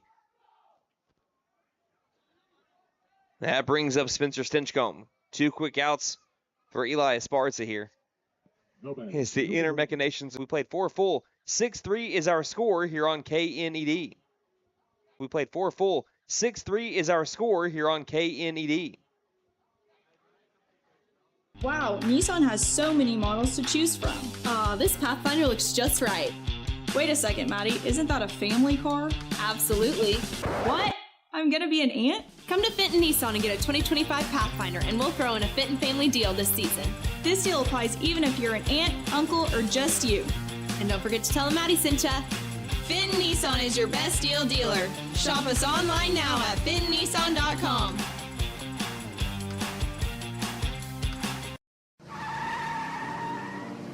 Big John's Auto Repair is here to help. We'll fix it right. We offer diagnostics, AC servicing, and engine repair. We make car trouble vanish like magic. We can prevent breakdowns and keep your car moving with regular maintenance. Same great service and friendly faces. Stop in today for all your car repair needs. Big John's Auto Repair, located at 325 Northeast Electric in Krebs. So, checking accounts. There seems like a ton to choose from, right? I was looking for one that didn't charge monthly fees, with bounce protection, and had mobile banking. I found the Bank NA. The Bank NA has been voted #1 for 10 years in a row in the McAlester News Capital's Reader's Choice Awards. The bonus is that they're local, so the money stays in town. Call 918-423-2265 or go in to find what you need in checking options. The Bank NA. Strong, secure, and ready to loan. Member FDIC, Equal Housing Lender. For more than 50 years, First Realty has helped the residents of McAlester and the surrounding area with their real estate needs. Whether residential or commercial, First Realty will guide you through the process of buying or selling your home or business. You can view our property inventory online at first-realty.net. We update our listings daily. And don't forget, if you're into pickleball, the Pickle Palace is open. If you have questions, give us a call at 918-423-3122. We have another call to the bullpen here as we head to the top of the 5th inning. Buffaloes trailing 6-3 to the Carl Albert Titans. This pitching change brought to you by Barlow Built Performance and Automotive, your full-service automotive and transmission repair shop. 2201 North Main Street, McAlester, open Monday through Friday, 8 a.m. to 5 p.m. Call 918-318-0323. So now on the mound for the Buffaloes is Brody Parker. Parker has a 3-2 record this season. He has pitched in 26 1/3. 1.86 ERA, which is second best on the team among qualified pitchers. I think 8 or more innings so far. 35 strikeouts to 10 walks. He leads the team in strikeouts with 35, a 202 batting average against him, right behind Lucas Johns for the team lead there, and a 59% first pitch strike percentage. Here's his first pitch of the game, and it's outside, ball 1. It looks like for the Titans, it'll be Bo Davis. I don't think it's Davis anymore. Hold on. I think we might have had a new pitcher. No, it's Davis. It's Davis. He's still in because he's now playing third base. The next one misses on a bounce for ball 2. Davis is 1 for 2 today. He has singled and flown out to second base.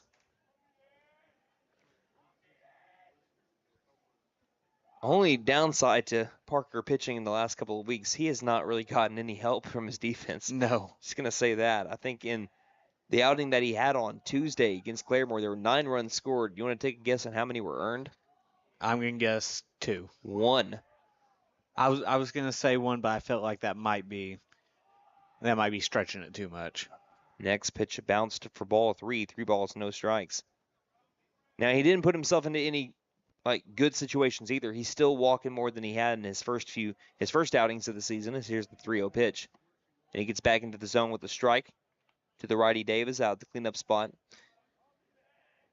So he's given him more free passes here recently, but still when it has a chance to get out of innings, not getting a lot of help. 3-1. So here's a high hit fly ball to deep left field. Judkins gives it a stare, and we'll watch this one land over the fence.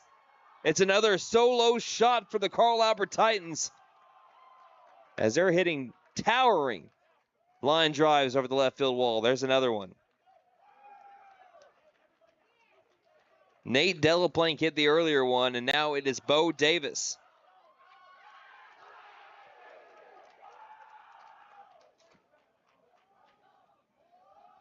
(7-3) is our score. Oh, they're calling saying he missed first. Did he miss first? They're calling They're him out? calling him out. Because the umpire is speaking with Ryan Whiteley. We'll go back and look at the stream to see if he missed first base. He touched it. He touched first base. Did he call him out? It was a home run over the left field wall. It looked like he very clearly touched first base.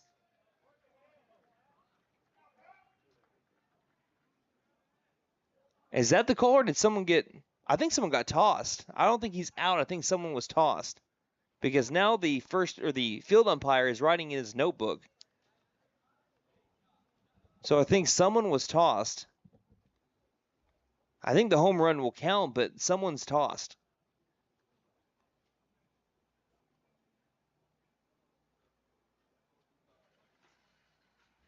Was it Bo? Number 12? But someone was. That's what we got. Okay, because Nate went to the other room to get confirmation to hear from somebody. It does look like someone was ejected. I don't know who, though. By the writing in the notepad, it looks like it might have been a player for the Titans. And we can't. Again, at first I thought they were signaling out. I didn't know they were signaling he's out. The other room thought the same thing. Yeah, I thought that he missed first. And I went back and looked at the replay. He very clearly touched all the bags. So the home run still stands. It's 7-3, but we'll see if it. Bo Davis went back out to speak with his coach. That was number 12, I believe. Don't know if that means that he was the one that was ejected, but we'll know, I guess, when the next time he comes back around, or if he goes over to third base. Right. We'll just kind of keep an eye on the defense in the next inning. But Davis, I'll say he welcomed Brody Parker to the game with that big shot over the left field wall. So 7-3 is our score, and it brings up Lane Sexton, who's 1 for 2 with an RBI double already today. Out of the 5 spot, first pitch. Missing up and in, ball 1. And Brandon, I just got confirmation that was Bo Davis that was ejected. Must have just said something or did something when he got into the dugout. I believe he said something. Here's the 1-0. That misses down low, ball 2. And it looked like he did based on just the reaction of some of the McAlester players when they were getting the ball back over to Brody. Right. I saw 3 or 4 people kind of look back over to the Carl Albert dugout, and then all of a sudden, we're looking at the umpires, and then something's going on. Counts at 2-0. Parker trying to get back in the zone to bounce back from the home run. The next pitch in there, strike 1. 2 balls, 1 strike. A lot of extra base hits from the Titans so far today. They got a lot of barrel on all 3 of our pitchers so far from McAlester. 2-1 from Parker. Bounces and hits off McKinney and gets to the backstop. Counts now 3-1. Let's see, we've had a double from Hawkins and a triple. Home run from Delplank. Home run from Davis. Double from Sexton. Double from Declan Murphy. They've had 6 extra base hits so far today. Man. They have more extra base hits than McAlester has hits. 3-1 from Parker. Fastball line straight back. Count goes to full at 3-2. They only have 3 hits, sorry. So they have 9 hits today. 6 of them have been extra base hits.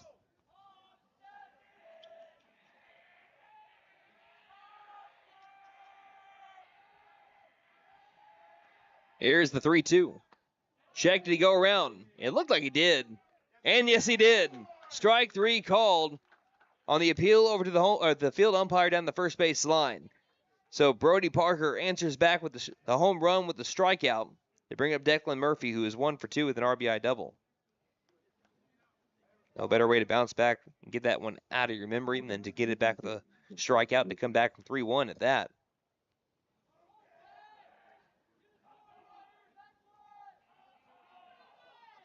Parker will toe the rubber now, facing off against Declan Murphy, the shortstop.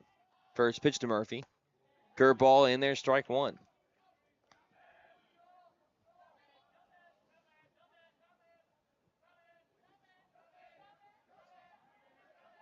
Oh, 0-1 from Parker. And the pitch. Another curveball. That's his best one so far.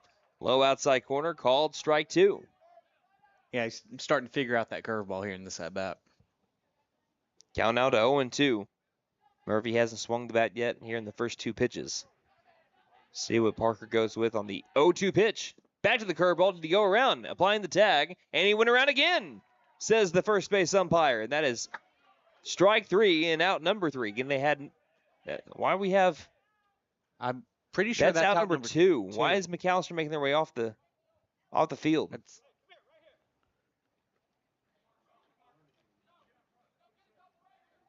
I don't know what's going on. I had that as out number 2 as well, and so does the scoreboard. I don't know what I'm missing, but we have Coach Whiteley talking to his entire team. Coach Mullins is speaking with the home plate umpire. What am I missing?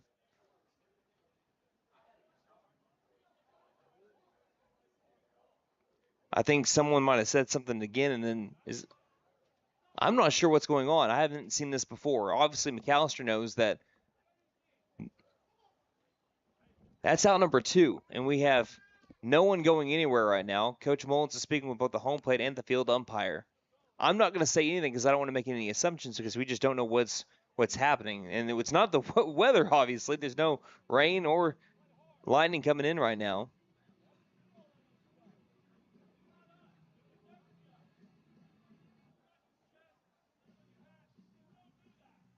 Well, I'm hearing a little bit from Coach Whiteley.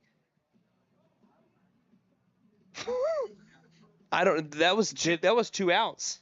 It was a home run by Davis, a strikeout by Sexton, and a strikeout to Declan Murphy. The only thing I can think of is they called him out on the home run. So then the home run doesn't count. So then they called him out on the home run then when he. That's the only thing I can think of. When they ejected him, they called him out. So then it wouldn't be 7-3; it'd be 6-3 then. Right. I don't know. This is a new one. We'll try to get better clarification, and that's what Coach Mullins, he's kind of speaking with. But, again, I think something else might have happened because Coach Whiteley had a big, long conversation with his team talking, and the one thing I heard was we don't do that. Yeah. That's the only thing I heard. So I'm not going to make any other assumptions, but he was upset with his team, and he spoke to all of them, and then they broke into the dugout, and now we are back to play. But we will try to take a 30-second break so we can at least go to a commercial break to see what we got going on here. You're listening to McAlester Baseball on KNED. Ready for a home run in comfort? Freeze and Flare Heat and Air LLC is always ready to step up to the plate. Whether it's beating the summer heat or staying warm through the winter chill, they're your go-to team for fast, reliable HVAC service. From quick repairs to expert installations, they ensure your home stays comfortable year-round. Don't despair or let your comfort sit on the bench. Call Freeze and Flare Heat and Air and keep your home out of the trench. We're licensed, bonded, and insured. Mechanical license number 0014445. And with our convenient online booking, it's never been easier to get the comfort you deserve. Shopping for furniture should never be a hassle, and at Tanny Hill Furniture and Mattress, we agree. So we will continue to offer unmatched customer service as we have for over 34 years. Stop by today and experience our store-wide savings. We offer 12 months interest-free financing or no credit needed. Tanny Hill Furniture and Mattress, 5 South 5th Street in McAlester. Celebrating 10 years of excellence. JP All-American Outdoor Contracting and Construction is your trusted partner for expert tree removal, high-end fences, decks, and custom construction. Serving Oklahoma with quality, safety, and reliability. We're here to transform your property. From emergency tree services to dream builds, we do it all. Call today for a free consultation and experience the difference. 910-568-8770.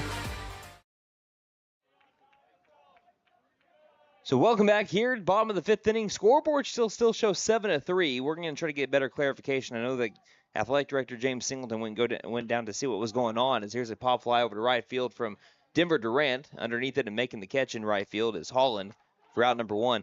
We had a situation play out that I don't think has ever played out in my time of calling and maybe even playing baseball. There was a home run that was hit by Bo Davis. And at first we thought that he was called out in the base paths, and it was revealed that he was ejected. But we didn't know we thought that was just that. He was ejected, home run still counted, so on and so forth. Right. Then there were back-to-back strikeouts from Brody Parker. As here's the first pitch to Gunnar Hodgel, who swings and misses for strike one. And sometime after the strikeout to Declan Murphy, kind of racing over, was Coach Ryan Whiteley, and he spoke with his entire team about something about we don't do that. Right. But that was also out number 3. So then that had to mean that Bo Davis is called out during that ejection on the home run over the left field wall, as the next pitch missed high to Hodgel, counted at 1 ball and 1 strike. So what we're trying to see is if the score still counts as 7-3, the run still counted, as the curveball misses for ball 2, 2 balls, 1 strike to Hodgel. Now, we've seen a lot that since we've been calling games. That's definitely a first. And the I Don't Drink Coffee podcast, hey, here's a swing and a miss for strike 2, saying we need a sideline reporter. If we have one for football. Yeah, Chase, you want to come over? Baseball, we're looking for clarification to see really what happened there in the top of the 5th. I've never been more lost trying to cover a baseball game.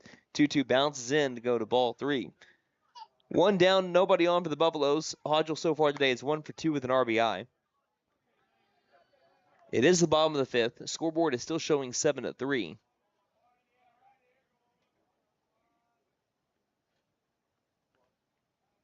Here's 3-2.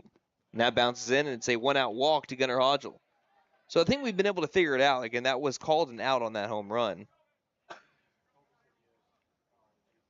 But I don't know if the run is supposed to count. If the run is supposed to count, that's something that we don't know for sure. And there was a long conversation with Coach Mullins and the 2 umpires, and then Coach Whiteley had a similar conversation with the umpires as well during the break. We had to take one just to figure out what was kind of going on, and we didn't learn much. First pitch in there for strike 1. And I don't think anyone truly knows except for everyone that's on the field right now. And, right. And like I said, Coach Singleton trying to figure things out himself. Count of 0-1. Hodgel at first base, 1 down. 4-run game as of right now as the next pitch misses high for ball 1. And as we mentioned, it is Bo Davis that was ejected. And now playing at third base is Adam Head.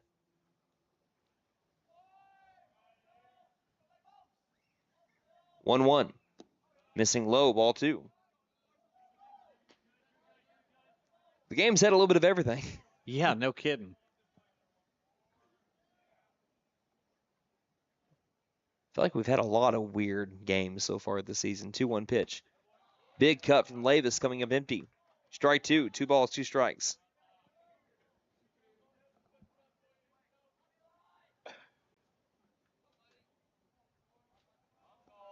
Two and 2 the count. Esparza, who came in relief a couple innings ago, delivers and strikes out Cole Lavis on the fastball. Out number 2. Brings to the plate Parker Dusenberry, who is 0 for 1. He has walked 3 times today. He walked twice in the game against MacArthur and had a bases loaded walk earlier. As you look at Dusenberry, again, he has walked now 3 times here in the entire festival. First pitch to him is foul back off of the mid of Avery behind the plate for strike 1.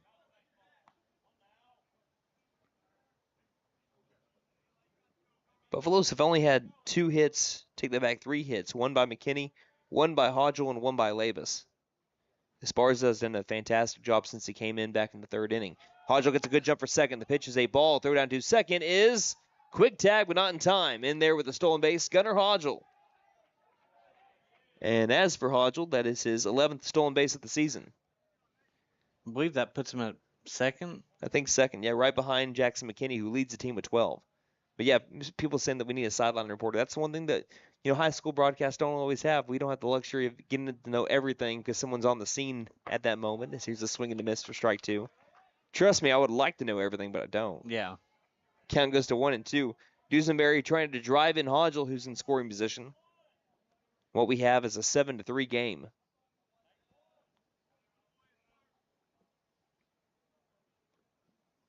Esparza looks to second base.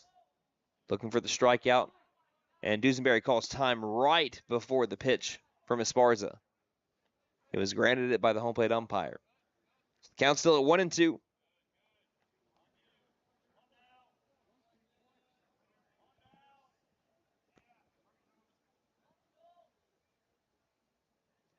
Esparza deals the 1-2 pitch, curveball, missing outside, sliding over, making the catch is Avery.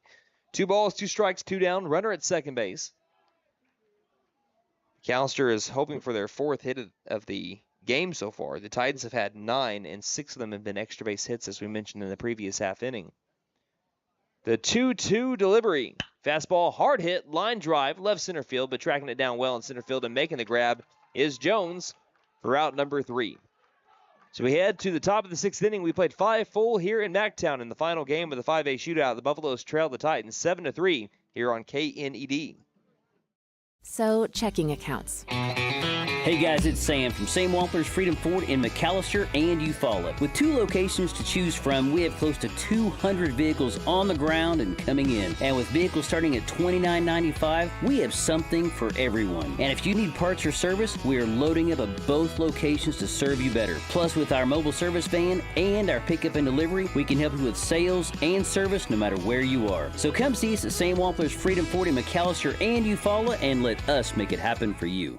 Since 1952, W.E. Alford Propane has been your source for propane and petroleum products, both residential and commercial. W.E. Alford Propane serves eastern and southeastern Oklahoma, with locations in the Eufaula area, McAlester, Shakota, Wilburton, Hartshorn, and Muskogee, just to name a few. If you need propane or petroleum products, there's only one number to call, 918-423-3121. Call today. W.E. Alford Propane, serving the area for 70 years. Wow, Nissan has so many models to choose from. This Pathfinder looks just right. Wait a second, Maddie, isn't that a family car? Absolutely. What? I'm gonna be an aunt? Come to Fenton Nissan and get a 2025 Pathfinder, and we'll throw in a Fenton family deal this season. This deal applies even if you're an aunt, uncle, or just you. And don't forget to tell them Maddie sent ya. Fenton Nissan is your best deal dealer. Shop us online now at fentonnissan.com.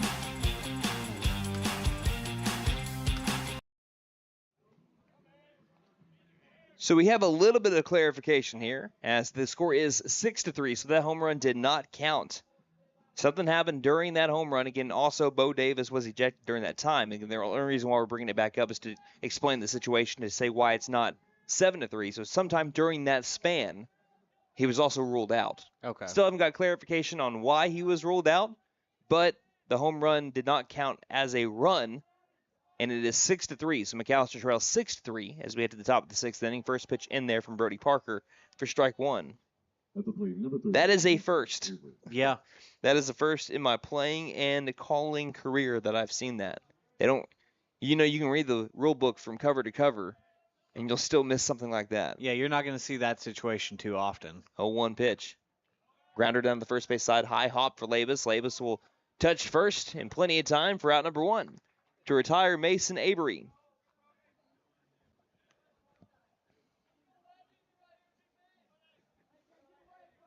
And of course, what ended up happening is something was said, obviously, and that's right. But we just didn't know that part of that included taking away a run. Yeah.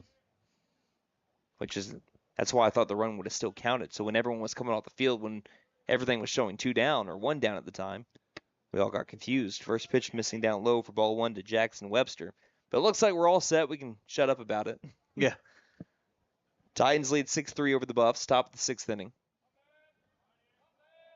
Webster is 1 for 2 with a ground out to short and a beautiful bunt. As here's a line drive to the shortstop. Durant dives, can't make the catch. Going the opposite way there is Webster. Take that back. He was able to line it over to left field, and that'll be a 1-out single for Webster. Makes him 2 for 3 on the day. It's a good pitch there from Brody. I think it was going to be low in the zone. Webster was able to dig that out and line it into left field on a hopper over to Judkins. Brings up Boston Holland, who is 1 for 2 with a strikeout and an RBI single. So 1 on, 1 down, top of the 6th. Titans lead 6-3 over McAlester. Pick up to first, and back in safely is Webster. So we mentioned speed up and down this Titan lineup. It'll kill you. And Mary Martin coming in the clutch here. Listen to this. So here's a pickoff over to first base. According to Mary Martin, if a baseball player is ejected after hitting a home run, the run should still count. The batter is entitled to score on a home run, and the ejection does not negate that. A pinch runner would be inserted to complete the home run trot. Here's a pitch that's high. The throw down to second is in time to get the out. Got Webster, who tried to swim over the tag of Denver Durant, but Durant's still able to apply it. That's another caught stealing for Jackson McKinney on a strike to the second base bag. Number 14 on the season for the freshman. And good? That's 2 down. That's not just good, that's nearing record-breaking. Yeah. If it hasn't already, the record book over here, the record wall, he would have the record if you're counting that one back to the 90s. Man. Next pitch. And there for a strike. And the count went to clear here, so it looks like the count is at 1 ball, 1 strike. Yeah. 1 ball, 1 strike to Boston Holland. And the 1-1 pitch is a pop-up. Center field. Gunnar Hodgel saw it late, now comes in and makes the catch for out number 3. So with a little bit of help from Jackson McKinney, we head to the bottom of the 6th inning after a 3-up, 3-down inning for Brody Parker. Buffaloes trail 6-3 as we head to the home half of the 6th. You're listening to McAlester Baseball on KNED.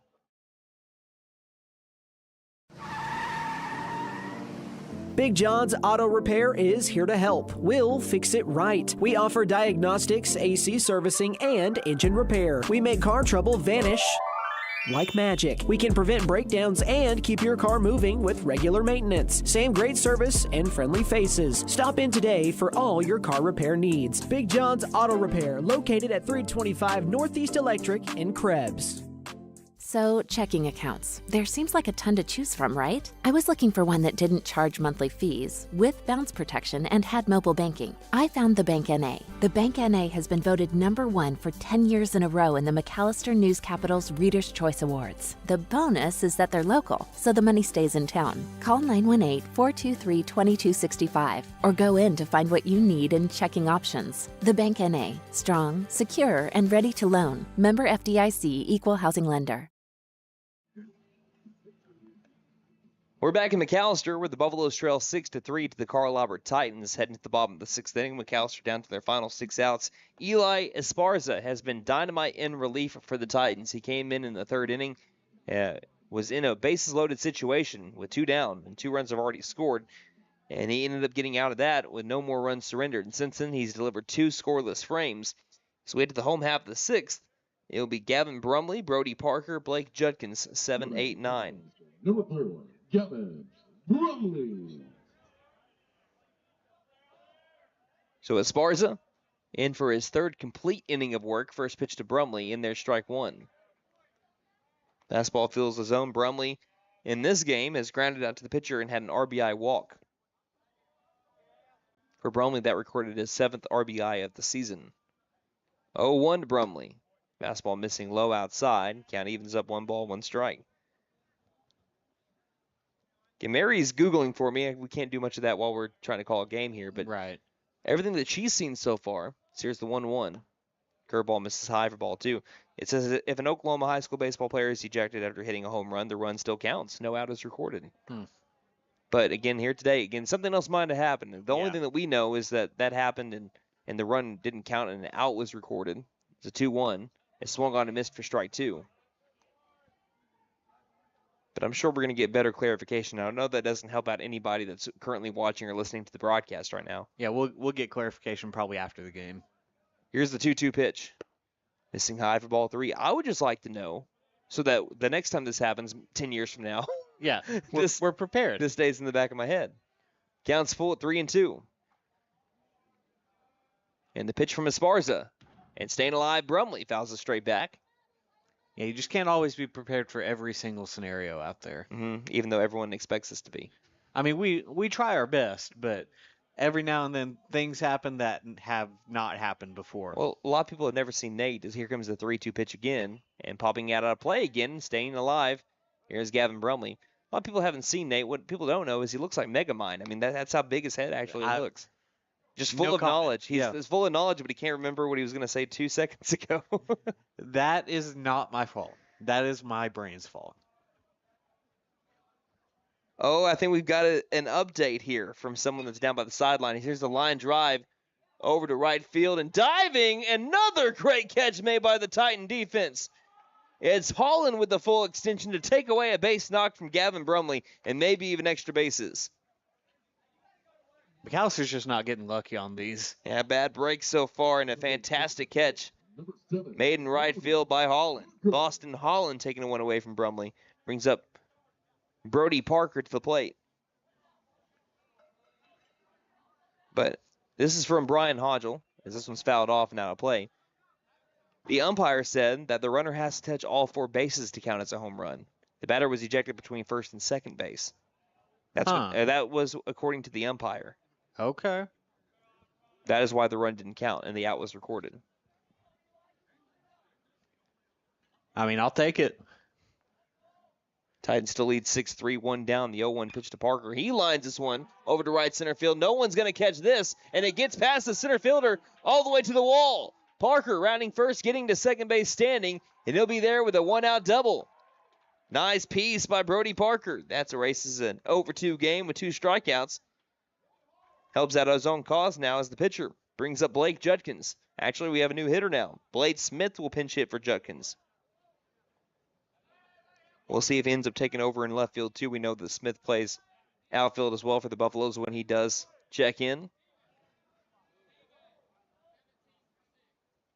So Blade Smith hitting for Blake Judkins out of the 9-hole.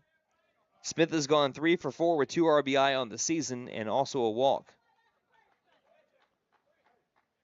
Buffaloes trail 6-3. Top of the order is lurking around the corner. Number 17, Blade Smith. So Parker with a 1-out double. He resides at second base. 6-3, McAlester trails the Titans. Esparza comes set, looks to second. Back home, and the pitch to Smith.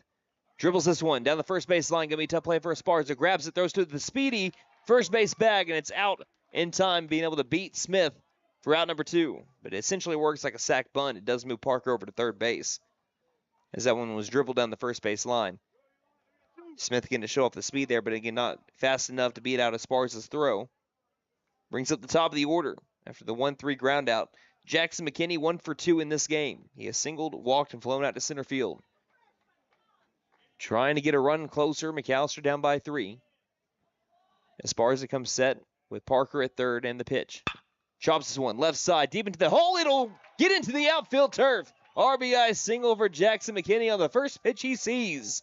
And the Buffaloes are down by 2. 6-4 on the RBI single for McKinney. For McKinney, that is his 16th hit on the first pitch that he had that. That is insane. He's aggressive, but he also knows when to lay off. It's also his 20th RBI of the year, tied for the team lead with Cole Labus. Tying run represented by Spencer Stinchcomb at the plate. 2 down, bottom of the 6th inning. First pitch. Outside, ball 1 to Stinchcomb. Stinchcomb is looking for his first hit of the day. He did not have one earlier against MacArthur, and so far today he's 0 for 3 with the strikeout, grounded into a double play, and a pop out into deep foul territory to first base. McKinney takes off for second. The pitch is low. The throw down to second quickly is not in time. Waited for the call from the field umpire. He says that McKinney in there with a swipe of second base for McKinney's 13th of the year. Count goes to 2-0 on Stinchcomb. Denver Durant is also on deck. It seems like he's due.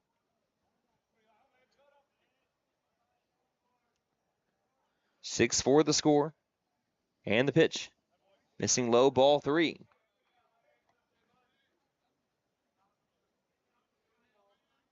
They can get Stinchcomb on the base paths. Like I said, Denver Durant just seems due. Going 3 for 3 last night. Since then, he's gone 0 for 5 today. And he represents the go-ahead run.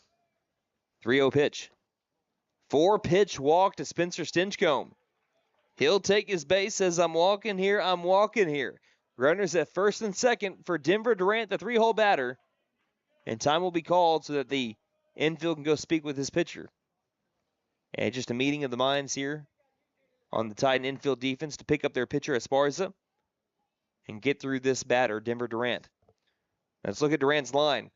On the season, he's batting .397, .482 on base percentage, 19 RBI, 1 home run that he hit against Spyro. .387 with runners in scoring. 12 extra base hits. Has only struck out once this season, and it was earlier today. A 98.5% contact percentage on the year. That is ridiculous. This is who you want up. Tying run on the base paths. He represents the go-ahead run. First pitch. Outside corner, called strike one to Durant. Count 0-1.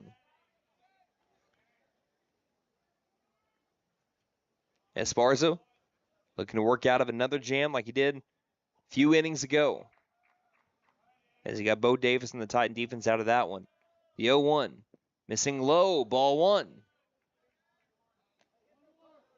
1 ball, 1 strike. McAlester looking to be one of the few that have beaten the Titans this year. Titans 21-4. Have lost to the likes of Collinsville, Jinx, Owasso, and Norman. Only one loss to a 5A team.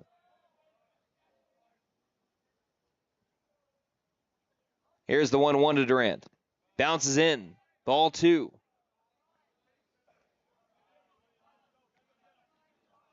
And Kenny's got to be careful over at second base not to get too far off the bag. Again, Avery has already shown he's got a pretty good arm behind home plate. Don't want to get that out at second base. Count at 2-1.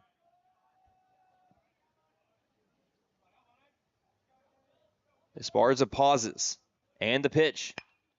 Durant chased one a little bit high on the fastball. That one's one he was looking to drive to the moon. That one lands past the Hughes Fieldhouse onto the walking track. Mike Deak Field is not responsible for anyone who might be struck by a ball walking the track.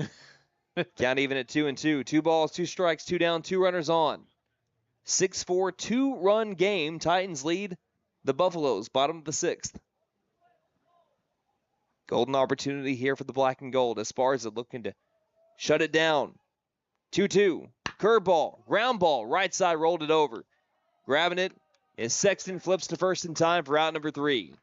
But the Buffaloes do get a run closer on the RBI single from Jackson McKinney. Their last line of defense in the bottom of the 7th, when they do get to it, will be Gunnar Hodgel, Cole Davis, and Parker Dusenberry. We will take a break. When we return, Titans come back up in the top of the 7th. 6-4, they lead the Buffaloes on KNED. For more than 50 years, First Realty has helped the residents of McAlester and the surrounding area with their real estate needs. Whether residential or commercial, First Realty will guide you through the process of buying or selling your home or business. You can view our property inventory online at first-realty.net. We update our listings daily. And don't forget, if you're into pickleball, the Pickle Palace is open. If you have questions, give us a call at 918-423-3122. Ready for a home run in comfort? Freeze and Flare Heat and Air LLC is always ready to step up to the plate. Whether it's beating the summer heat or staying warm through the winter chill, they're your go-to team for fast, reliable HVAC service. From quick repairs to expert installations, they ensure your home stays comfortable year-round. Don't despair or let your comfort sit on the bench. Call Freeze and Flare Heat and Air and keep your home out of the trench. We're licensed, bonded, and insured. Mechanical license number 0014445. And with our convenient online booking, it's never been easier to get the comfort you deserve. Shopping for furniture should never be a hassle. And at Tanny Hill Furniture and Mattress, we agree. So we will continue to offer unmatched customer service as we have for over 34 years. Stop by today and experience our store-wide savings. We offer 12 months interest-free financing or no credit needed. Tanny Hill Furniture and Mattress, 5 South 5th Street in McAlester. Celebrating 10 years of excellence. JP All-American Outdoor Contracting and Construction is your trusted partner for expert tree removal, high-end fences, decks, and custom construction. Serving Oklahoma with quality, safety, and reliability. We're here to transform your property. From emergency tree services to dream builds, we do it all. Call today for a free consultation and experience the difference. 910-568-8770. The top of the 7th inning, McAlester looking to stay down by 2 runs. 6-4 is our score right now. First pitch curveball right on the edge for Brody Parker for strike 1 to the lefty Jordan Hawkins. Hawkins has gone 2 for 2 today with a double and a triple and an RBI sac fly. 6-4, Titan lead. Parker the pitch. Fastball missing low. Ball one. 1 ball, 1 strike.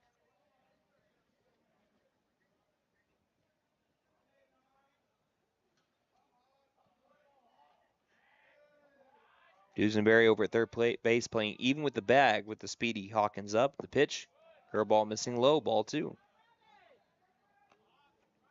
Thing is, Hawkins has really gone to every part of the field so far that he's hit the ball. Yeah. He's a good hitter.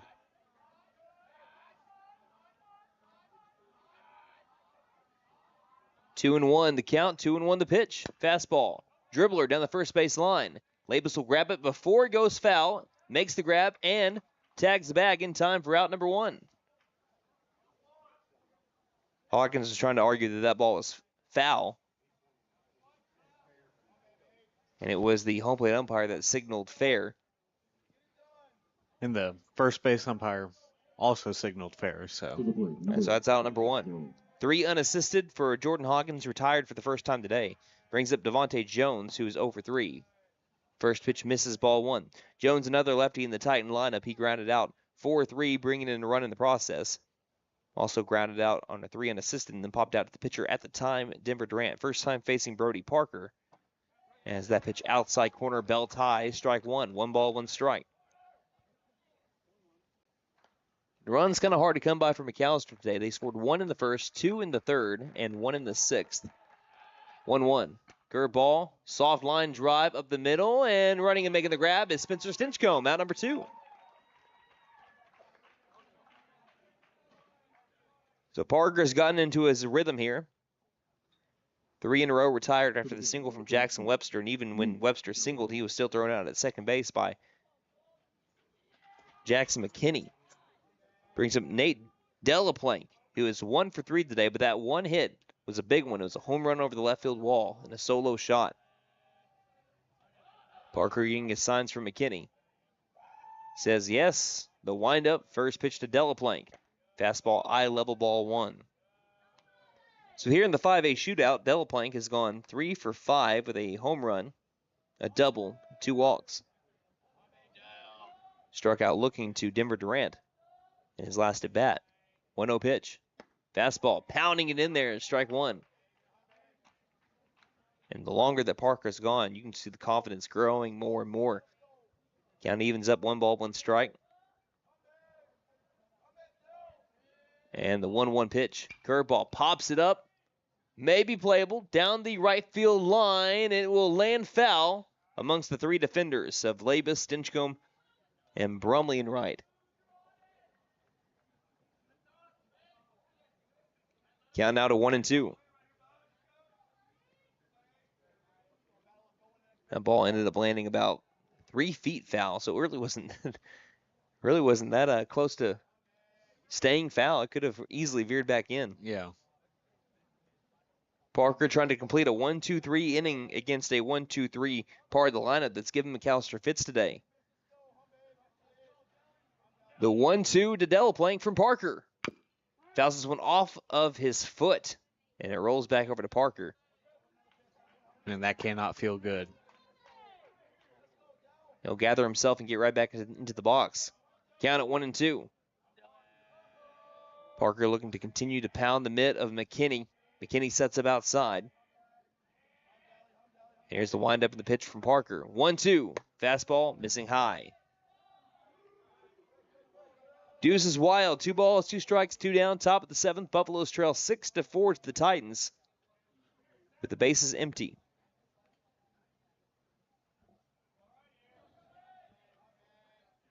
A deep breath from Parker and the 2-2 delivery. Curveball that bounced off the plate. Count goes to full at 3-2. I know that McAlester still has to get another out here before he can go to the bottom of the 7th, but I'd say so far today, when you combine this game for McAlester and also the one against MacArthur, they haven't really played all that bad. Yeah. They had a good bounce back day after having 5 errors yesterday and 5 errors on Tuesday against Claremore. 3-2. Curveball missing low. Ball 4. It's a 2-out walk to Nate Delaplank.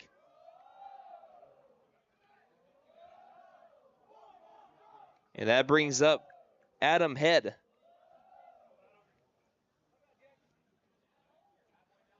He's batting out of that 4 spot. Now batting for the Titans, number 10, Adam Head.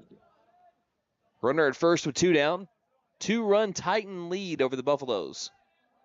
Parker trying to keep that runner where he's at and get McAlester to the bottom of the 7th inning. First pitch from Parker. Bounces in again. Goes right back to McKinney. McKinney has no play at second base. He'll hold on to it. So runner advances to second. Count now to 1-0. But Parker trying to get back into the zone. It's been a little while since he's worked out the stretch, and he retired 3 batters in a row after the single. Runner in scoring position for the Titans with the cleanup hitter Adam Head up. This is his first at bat. 1-0 pitch. Lines one to left field. Coming in, Judkins. Sorry, that's Blake Smith. He'll let it bounce in, and 1 run's going to score. He was playing deep. And a 1 hopped into Blade Smith, who's now playing left field. He came in and pitch hit for Blake Judkins. The ball found him, and again, it was just a 1-hopper landing in front of Smith. And the Titans score a run here, an RBI single from Head. Number 7, Lane Sexton. Brings up Lane Sexton. Sexton has gone 1 for 3 with an RBI double, a ground out, and a strikeout. Runner at first, 2 down. Titans now lead 7-4. After all that. After all that, now we finally got back to that score as the first pitch is in there for a strike to the righty, Sexton. Sexton today has gone 1 for 4 altogether in this game, the one against Tahlequah.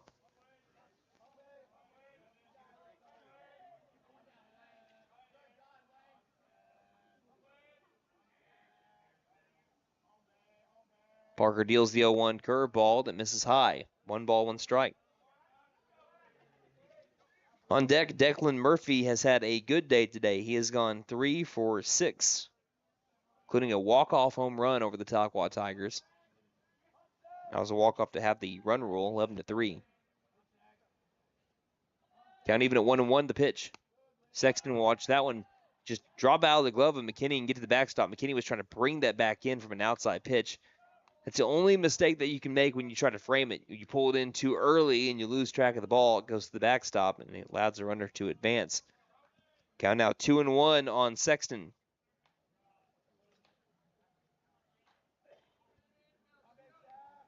Parker looks to second. Not much of a lead there. And the 2-1 pitch. Right at the bottom of the zone, missed for ball 3. 3 balls, 1 strike to Sexton. Out of the 5 spot.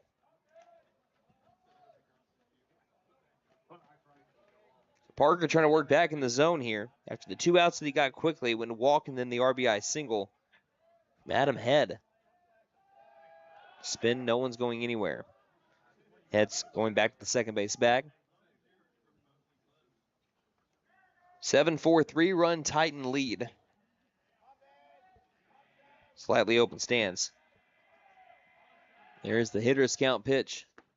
And that fastball inside corner, called strike 2, trying to take off for first for Sexton.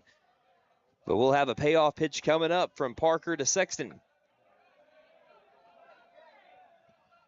Parker with 2 Ks today, trying to make it 3. Comes set and looks at second base. 3 balls, 2 strikes. Lifts and deals. And fouling it off late.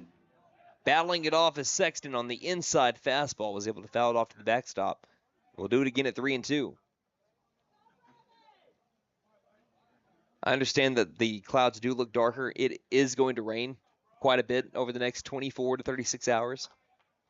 But it's also because the sun behind those clouds has been setting here. We actually do have some rain making its way toward Mike Deak Field. So I'd like to wrap up this game pretty quickly so we can get our camera out from beyond the center field wall. No kidding. 3 balls, 2 strikes. Parker looks, delivers. Fastball missing up and inside, ball 4. The walk to Sexton brings up Declan Murphy.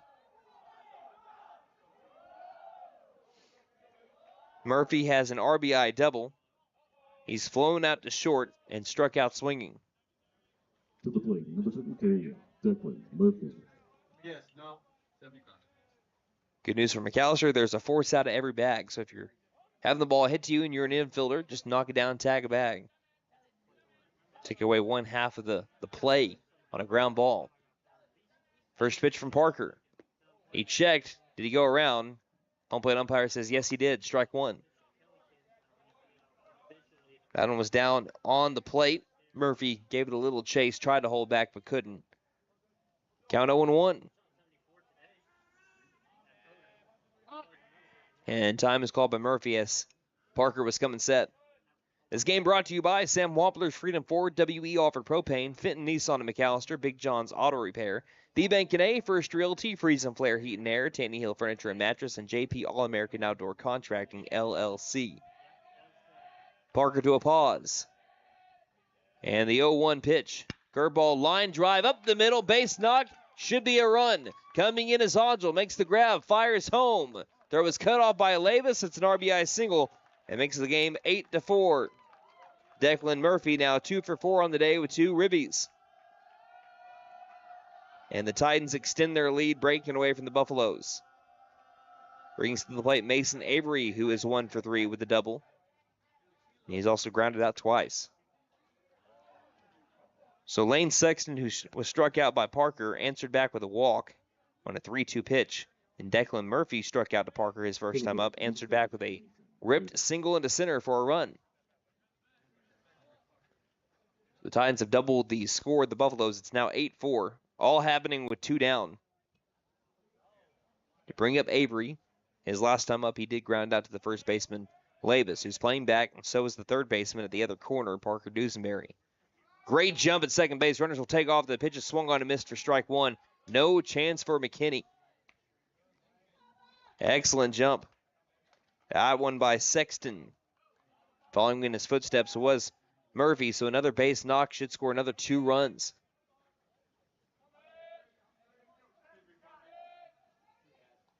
Parker comes set, looks at third base. And the 0-1 pitch. Curveball outside corner, called strike 2. So Parker quickly gets ahead in the count, 0-2. Trying to stop the bleeding here and get it to the bottom of the 7th, where the middle of the order is set to come up for the Buffs.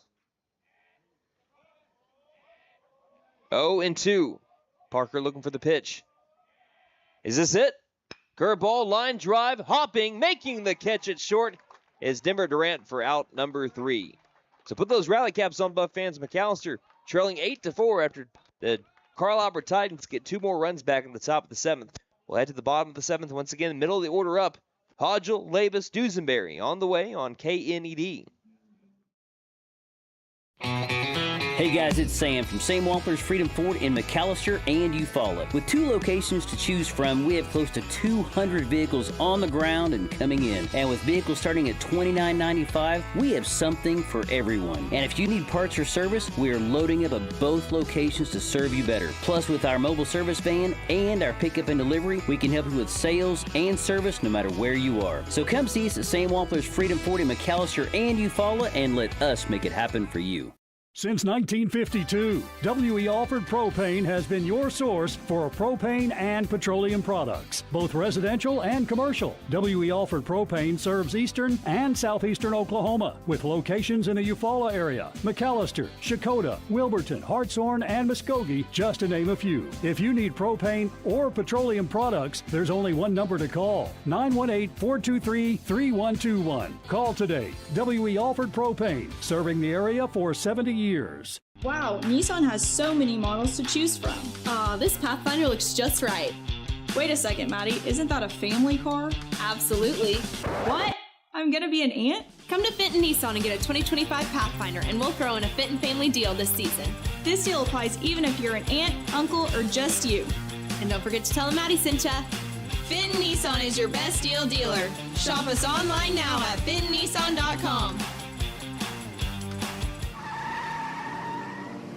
Big John's Auto Repair is here to help. We'll fix it right. We offer diagnostics, AC servicing, and engine repair. We make car trouble vanish like magic. We can prevent breakdowns and keep your car moving with regular maintenance. Same great service and friendly faces. Stop in today for all your car repair needs. Big John's Auto Repair, located at 325 Northeast Electric in Krebs. We're We're back here in McAlester. Buffaloes down to their final 3 outs, and it's up to the middle of the order to prolong this game. 8-4 is our score. First pitch to Gunnar Hodgel is a high fly ball center field. Already tracking it down is Jones, now reversing direction and making the grab out in center field. Round number 1. 1 pitch, 1 out. Brings up Cole Labus. Buffaloes down to their final 2 outs. 8-4 is our score. Titans lead McAlester. Titans scored 3 in the first. McAlester answered back with a run of their own. Titans scored 1 in the third. McAlester answered back with 2 to bring it to a 1-run game. Titans got those 2 runs right back in the top of the 4th inning. McAlester didn't score again until the bottom of the 5th. Bottom of the 6th. The first pitch to Labus misses up high for ball 1. Then the Titans scored 2 more in the top of the 7th to really break away from McAlester here. 1-0 to Labus. Fastball missing, same location. Ball 2. Labus is 1 for 2 today. He has singled, walked, and struck out. Eli Esparza, I think, is in line for the win, as here's a swing and a miss for strike 1. The reason why I say that is I don't think Bo Davis, he didn't complete enough innings to qualify for the win. He didn't get through the 3rd. Yeah, I think that's right. I think you have to get through the 4th in high school baseball. Here's the 2-1. Here's a hard hit ground ball up the middle, snagged by the shortstop. Murphy throws across his body, and a nice pick at first base by Hawkins to be able to complete the nice 6-3 ground out of Cole Labus. And Brandon, it does not look like we beat the rain. Starting to come down, isn't it? I can see it if you look up at the stadium lights. A little bit of sprinkles, not too bad right now, but that means we're also going to have a decently quick post-game show. Brings up Parker Dusenberry, who is 0 for 2. He's flown out to left, had an RBI walk, and lined out to center field. The pitch with 2 down is popped up in the infield. This should be it. And it's not! And I think it hit off the glove. No, they're going to call it foul. Looked like it hit off the glove of Head, and we could probably hear from the field mic that it hit the glove of Head, and then it landed fair and then bounced over foul. Dusenberry should probably be a runner here. Head couldn't bring it in. Again, Nate mentioned that the rain's starting to come down. He was looking up into the sky, probably at some water droplets hitting him. If there's any solace there, it means that Dusenberry stays alive. Count as at 0-1. And the pitch. Ground ball, 2-hopper to the shortstop. Murphy fires to first. Didn't matter, in time for out number 3. And the Titans defeat the McAlester Buffaloes 8-4 to finish off the 5A shootout. 8-4 our final. McAlester falls to the back-to-back state champions of 5A. We will take a break. When we return, we'll recap it all and send us to our final district series of the season next week at Pryor. You're listening to McAlester Baseball here on KNED. So, checking accounts. There seems like a ton to choose from, right? I was looking for one that didn't charge monthly fees, with bounce protection, and had mobile banking. I found the Bank NA. The Bank NA has been voted #1 for 10 years in a row in the McAlester News Capital's Reader's Choice Awards. The bonus is that they're local, so the money stays in town. Call 918-423-2265 or go in to find what you need in checking options. The Bank NA. Strong, secure, and ready to loan. Member FDIC, Equal Housing Lender. For more than 50 years, First Realty has helped the residents of McAlester and the surrounding area with their real estate needs. Whether residential or commercial, First Realty will guide you through the process of buying or selling your home or business. You can view our property inventory online at first-realty.net. We update our listings daily. And don't forget, if you're into pickleball, the Pickle Palace is open. If you have questions, give us a call at 918-423-3122. Ready for a home run in comfort? Freeze and Flare Heat and Air LLC is always ready to step up to the plate. Whether it's beating the summer heat or staying warm through the winter chill, they're your go-to team for fast, reliable HVAC service. From quick repairs to expert installations, they ensure your home stays comfortable year-round. Don't despair or let your comfort sit on the bench. Call Freeze and Flare Heat and Air and keep your home out of the trench. We're licensed, bonded, and insured. Mechanical license number 0014445. And with our convenient online booking, it's never been easier to get the comfort you deserve. Shopping for furniture should never be a hassle, and at Tanny Hill Furniture and Mattress, we agree. So we will continue to offer unmatched customer service as we have for over 34 years. Stop by today and experience our store-wide savings. We offer 12 months interest-free financing or no credit needed. Tanning Hill Furniture and Mattress, 5 South 5th Street in McAlester. Celebrating 10 years of excellence. JP All-American Outdoor Contracting and Construction is your trusted partner for expert tree removal, high-end fences, decks, and custom construction. Serving Oklahoma with quality, safety, and reliability. We're here to transform your property. From emergency tree services to dream builds, we do it all. Call today for a free consultation and experience the difference. 910-568-8770. Hey guys, it's Sam from Sam Wampler's Freedom Ford in McAlester and Eufaula. With 2 locations to choose from, we have close to 200 vehicles on the ground and coming in. And with vehicles starting at $29.95, we have something for everyone. And if you need parts or service, we are loading up at both locations to serve you better. Plus, with our mobile service van and our pickup and delivery, we can help you with sales and service no matter where you are. So come see us at Sam Wampler's Freedom Ford in McAlester and Eufaula and let us make it happen for you. Welcome back to Mike Deak Field in McAlester, Oklahoma. The 5A shootout concludes with a Carl Albert Titan 8-4 win over your McAlester Buffaloes. Titans improved to 22-4 on the year. Buffaloes fall to 15-12. Let's look at your post-game stats brought to you by Big V Feed Center. See Big V Feed Center in McAlester, Hadco Farm and Ranch in Kiowa, and Chakota Wholesale Feed Company in Chakota for your spring feeding program needs. We'll start off with the Titans. Jordan Hawkins went 2 for 3 with 2 extra base hits, 1 double, 1 triple. Also had an RBI sac fly. Devontae Jones went 0 for 4 with an RBI ground out. Nate Delaplank went 1 for 3 with a solo home run. Bo Davis went 1 for 3. He had a single. He had a home run that was called back due to an ejection, which we don't know if that's actually right, but that's what was called at the time. Adam Head went 1 for 1 with an RBI single. Lane Sexton 1 for 3 with an RBI double. Declan Murphy went 2 for 4 with 2 RBI. A double and a single. Mason Avery went 1 for 4 with a double. Jackson Webster 2 for 3. And Boston Holland went 1 for 3 with an RBI single. So the Titans, they struck out 6 McAlester batters. McAlester struck out 4 Titan batters. Titans gave up 7 free passes to McAllister's 2, had 1 error to McAllister's none, but they made up for those discrepancies with 12 hits to McAllister's 5. So that is what the difference was there. Getting the win today is Eli Esparza in relief. For the Buffaloes, 1 through 9 look like this. Catcher Jackson McKinney went 2 for 3 with an RBI single in his final at bat. Spencer Stinchcomb 0 for 3. Denver Durant 0 for 3. Gunnar Hodgel 1 for 3 with an RBI ground out. Cole Lavis went 1 for 3. Parker Dusenberry 0 for 3 with an RBI walk. Gavin Brumley 0 for 2 with an RBI walk. Brody Parker 1 for 3 with a double. Blake Judkins 0 for 2 with 2 Ks, and Blade Smith grounded out to the pitcher. The loss today goes to Grant Mullins since McAlester didn't get the tie back. Denver Durant and Brody Parker came in relief. As we mentioned, 4 strikeouts by the McAlester pitching staff, only 2 walks, no errors by the McAlester defense for the second consecutive game. And really, like I mentioned, you just came up against a team that's really good. You got to play your best game to be able to beat them. Yeah. McAllister's bats weren't equal to the Titans' bats tonight, and really that's what it comes down to. McAlester pitched the ball as well as you probably could. You gave up a couple of free passes and a couple of walks, but other than that, you threw strikes and you played defense well. It's just that the Titans hit the ball better today. Yep. Which you can live. I know you don't like losing, but you can live with losing, I guess, like that more than you can live with losing the way that we lost to Midwest City and to Claremore on Tuesday. Yeah. So those are at least positives that you can take out of the 5A shootout. One, McAlester bounced back earlier today with an 11-1 win in 4 innings, and here against the back-to-back state champions, you were able to, again, throw strikes, play good defense, just couldn't catch up with the bats of the Titans.